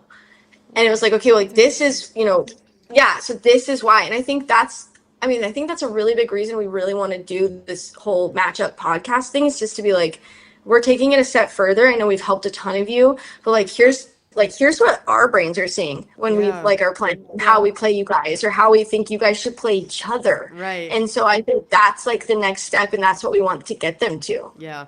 Oh, that's exciting, because you'll start to see more of a chess match out there, and that's when it gets real fun. Like, and that's where it's like NCAA. It's like it's so fun to play because it's like you're playing chess. You know what I mean? Like you start to really break down stuff, and it's just like I oh my gosh, I'm so excited for you guys to do that. I mean, I remember Worlds, when we played you guys kept calling out like a die or like Yahtzee or something. Yep. And I'm like, oh my God, they're not sending, I'm like, figure it out. They're not sending the rusher. They're going to sit in that 5. They're going to sit with the 2 down, 2 high, someone in the middle. Like, that was so like, I'm like, guys, like we got to start thinking, or like W7FL out of Vegas. Oh yeah. We were playing them for USA football in that tournament, like after I was done coaching, and they were like, Mario, or like me, or like whatever, and I'm like, who? Like, what are we doing? And then I'm like, they're in man. They're in man right now. I'm like yelling it, and oh my God, the look on their faces was like, and I'm like, they're in man. I'm like, call, and at that point, like, I want to get us to like, I'm like, call a different play. I want to call a crossing play right now. Yeah. Like, I'm like, and I'm standing at the line. I'm like, God, I'm like, I am like Jason Kelsey at this moment. I'm like, kill. We're going to play 5. And our girls are like, what the is going on? Because I'm like, I know, like, I'm like, they're in man and I want us to cross. Yeah. And I'm like, I'm standing there with the ball in my hand and I'm like, kill. I felt like the coolest fucking person in the world. I was like, I'm freaking Patrick Mahomes with like headset, like kill. Like, I was like, love it. That's amazing. And like, but like everybody, like I want everyone at that level. Like that's not, like we're not gatekeeping it. Like, exactly. I want you. No, like you want everyone to be at that level for sure. And I want everybody to geek out. And like you can't be as geeky, but like it's fine. Like I want that. Like I want people to want that. And so like it was pretty cool for us. Like it's fun. It's fun little tricks. Like when we see them, it's fun. Yep. No, that'll be awesome. I can't wait. Yeah. I'm excited for you guys. Yeah. Tomorrow, hopefully. It's like I'm nervous. Yeah, it's a little. I mean, when we first started our episode, we were so nervous. Like you could tell, like in our voices, it was so. Yeah. I can't even replicate it because it was so shaky. And like there's a lot of takes. It was and I don't know. Like, are you guys gonna have a camera on you guys, or are you guys just gonna like it's gonna be audio? We're just. It's audio. It's just. Okay. It's gonna be audio, and we're just gonna go for it. We're like, okay. And we're just. The whole point is that like a lot of the girls are coming in from kind of far. I mean, LA is just not exactly conducive to like driving, and so you've got an hour's drive for some of these girls to come down for their games. And so the whole point was like, this is the pregame show. We're the like, we're Fox News before the show starts, and we're giving up. Here's the matchups. Here's what we're looking for the day. Right. And so that was that was the whole point. And so we posted our little thing today. We're like, the first pregame snap is tomorrow. Like the first show is going to go live tomorrow. And one of the girls, Priya, she's got about an hour's drive, and she was like, as I drive in, and I was like, yeah, like that's the point. Like that was the point. Yeah. So I'm excited for you guys. Yeah, that's awesome. Gonna be fun. I've got one more question for you. So why the helmet? What's the helmet? What's the Okay. helmet for? Oh man. Like, is it a fashion? Yeah. Is it a? God, She's I like, wish. I'm that Is there girl. not? I'm starting that trend. Headbands? Who cares? Yeah. Not someone for know. me. Okay. Yeah. The first year at Worlds, we were playing, and I never had played in one. It wasn't something I was like worried about or nervous about. Yeah. And I'm running a dig route across the field, and QB's looking at me, I'm looking at QB, and the girl sees it, and so she comes screaming down like out the middle, and we collide so bad that I broke this bone like up into here. Wow. And it's on film, and like we hid the film because it was just so traumatic for me to see. Right. And I had the fencing response, so like arm pops up immediately. Yep. I'm completely unconscious. Wow. And I'm completely unconscious for about 40 seconds, which is about 20 seconds too long. Yeah. So 40. there's this like film, and I'm like, and then I'm on the ground because like I can't do any, like there's a fencing response. I'm on the ground, and I can't even watch this film. I think I've seen it twice since then. And you don't have to keep talking about it if you don't want to keep talking about it. No, it's okay. I tell people the story because I think it's important that like people understand. And you just hear, I'm like trying to get back. Like that's what your fencing response is. You're unconscious. There's no other fencing. Like that's what the fencing response is from. It's that like it's your brain is fighting at that point. And I'm just like unconscious, just going, and like there's nothing there. Wow. So come to throwing up, it's fine. Like it's not fine. And then I'm like kind of in and out, and I'm like, oh my God, do I still work at Jimmy John's? And I had done a stint at Jimmy John's corporate, like right around that time. And I hadn't been at Jimmy John's for 7 months. Wow. So they're like, no, like you're with McMaster. Shit, Becca. Like, and I'm like, okay. And then, you go to the hospital. I'm in probably the most amount of pain. And like, that's I've broken a collarbone. I've torn my ACL 3 times and then put my kneecap back in for fun. Yeah. And I'm probably in the most amount of pain. I've just immense like head pain. And I don't remember that week. Oh my. Wow. I know that I went to Texas for a friend's 30th and then flew to Tampa. I know that because I have the pictures of it. Yeah, you still like remember. I know that like exists. And so to say that you don't have like a week's worth of memories, people are always like, oh, like it's jarring. Yeah. To like that's a whole like that's the value of your life. And I think I don't ever talk about like the lasting effects because I think people just think like you get knocked unconscious and like you're fine. But even in like the 4 years since then, like much slower to remembering words. And that's like, and gosh, I don't want to be like it's embarrassing a little bit. Like I could be having a full conversation and I'm like, and I know what word I want to say. Could not get that to go there. Like couldn't get it to like come out. So like Lizzie and Amanda, like gosh, love them to pieces, are very, very good at like filling that in, especially when we're in groups and I like am like I get flustered or whatever it is. So I wore the like rugby helmet. I think you guys originally saw me in the rugby helmet. Right. And then when Seismic kind of like became big and like they had the cool headbands, I went for the full helmet. And I think it's crazy that like years later, like I still have like lasting pain. Like I don't let people massage your head at like massage parlors. Like I don't like my hairdresser knows to like it's real gentle. Like I still have a like crack. Like Amanda, like we did the noggin thing from Finding Nemo one time, and I was like out. Like I was like, you can never touch me like that again. Like that can't happen. Like it's so crazy to see like those effects, and like your brain's your personality. It's everything you are. It's everything you have. Like it's everything I want to be and stuff. And so big on the helmet. I've tried to make it fun. I let people sign it. I just think it's one of those things that that was gonna be my question. So the Sharpies live in my backpack. The Sharpies live in my backpack. I always want people to like come sign it. Like I think it's huge. Like I've made it fun in the way that like I love when people sign it. People write the nicest notes. It's so fun for me. But yeah, I think it's hard, and I wish I want to almost shake everybody and be like, just wear something. Because like I could never want someone to want to go through this. That's scary. And I get it, and like that's okay. I think people think it's never gonna happen to them, but like the whole team got the like headband ones, and we're in it. Like I think it's starting to those grow who are more, around- protection for your head and stuff. Like, I think it Yeah. just takes time with the sport. I'm actually curious. I think it actually might become mandatory. I'm starting to hear whispers here and there where it's just like, Which can't makes play sense. I mean, in it these should. tournaments. Like, Yeah. And I think, I'm big. Like, gosh, is the helmet cool? Absolutely not. Absolutely. Not. I look like a little boy. I'm like out. I And I'm love like, it. I'm no just like, makeup. I know I'm exactly like, where Becca's at. it's 100%. Like, you got, Love like, it. I tell people if they're ever coming to a thing and they've never been to one, I'm like, you're going to see 50 fields and there's one person running around in this helmet and it's me. I love it. Find that. It's Find my that favorite. and you'll be golden.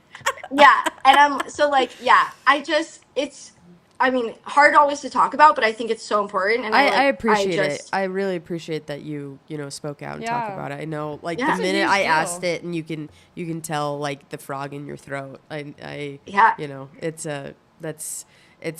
I appreciate it, and thank you for being brave and talking about that, because it's. Well, I think most people it's shouldn't hear traumatic. that, because I'm sure there's other girls that are, like, scared of something like that happening. If they're doing this sport for the first time, you never know what's going to happen. So I think that can be helpful for people in the future. So Totally. And I think, make it cool, make it your own, make the helmet like what you want, but like don't ever I think the most disrespectful thing people say to me is calling me radio. I can't stand that one. Radio? Why? I hate it. The movie Radio, and he Cuba Gooding Jr. puts on the helmet for the first time and I think that's the worst one. No. Yeah, What the no, hell? people are like, Is it just I like hate that other one. teams you guys play against and they'll say it? Huh. And you know what? Most of Lame. the time, it's mostly guys because they don't like that I playing co-ed. Right. It is what it is. Yeah. I'm like, your ego sucks already, so it's fine. But I just think, I've only had one instance where this past Worlds, someone came up unprompted, didn't even ask, and was knocking on it and was like, I just wanted to see oh yeah, I get whatever, and I was like, don't ever fucking touch me. What the I don't know you, don't know Becca? me. That's the would've only time socked I've them. ever had Yeah. someone. I would've Were they socked from them. another country or something?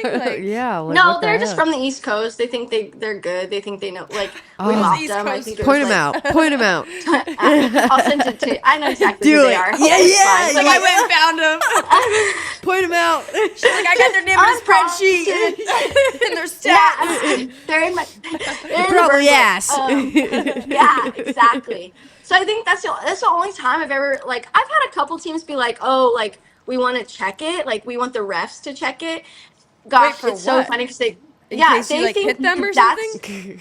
They think that's gonna hurt worse. I'm like, buddy, I promise You're you. like, there's a this reason will- why I'm wearing this. Yeah. Yeah. And we've had two different teams, both at Worlds, the first 2024 when I wore it, and then last year, who just were like, we want it checked. And I'm like, buddy, you want to hit this. Yeah. I promise you. Skull to skull is going to feel 1,000 times worse than your skull in this little plasticky thing. Yeah. Promise. Well, So we've had That's we've had crazy. it the girls get real defensive. I love them for it. The girls are I really would defensive too, about it. though. They're like, Good. you're ridiculous, whatever. But yeah, I've only ever had one time where someone came up unprompted, kind of nasty after the game, I'm like, don't touch me. Don't I don't know you. You don't know what me. the hell, man? That's Yeah. effed up. Those- Even those face masks that girls will wear, obviously it looks dumb, but it's obviously they're wearing it to prevent an injury, right? And the headband. Something happened. So I think it's Yeah. annoying though that people will say names and stuff when you're like, dude, this is just for my own safety. Say names, let alone cross a boundary. Yeah, and and start. hit your. That's Dude, crazy. that makes me Yeah. so mad. I literally be like, what the Yeah. heck? That makes me so mad. yeah. weird. So Not happy about yeah, but yeah, wear the helmets, wear a headband, wear something. I don't know. But then that's up to everybody. That everybody's their own person, and I think that's huge. But for me, mine, the helmet stays on. Yeah, I love it. No, I like I that. like to see it. Okay, I have a dumb question. Where are you guys? We're in my basement, We could probably in the new house. Okay, of the new house. Yeah, so it's super. No, I'm crazy. so I feel like you guys are just so much cool that I'm like, dang. What? I'm like, this is It's so cool to the me. dark oak? No, what is it? Yeah. Nut? Yeah, Dark nut it's like a stained. soundboard. staying. I'm like, you guys are like, this whole time, like, you guys are in the studio. No, We're like good to in hear, the though. studio. in our own little setup here, and that was our main focus when we first started this. It's like it's got to sound good, it's got to look good. Especially if you have your camera on for a podcast. Like I feel like if you take I'll say like TikToks of podcasts and they have the whole room set up perfectly. It's like a vibe, Yeah. So This is awesome. Okay. well, Okay. thank you so much. Yeah. No, thank you for being down to do this, dude. Like, Especially with like how crazy like schedules were and stuff like that. I was just like, this is very unconventional time, but I'd do anything for staying on. I love it. I'm glad to hear that. Let's go. Yeah. Let's go. Jump. It's West Coast first, everybody. Hell yeah, let's go. I think you guys have always been great to us. So Yeah. thanks for having me, and gosh, the best. But we'll see you guys in San Diego. Yeah. Oh, it's so exciting. well, like and subscribe. See you for episodes. Thanks for listening to this episode 7. of the podcast. See you in the next episode. Yeah. We'll see you Deuces. around Yeah. town.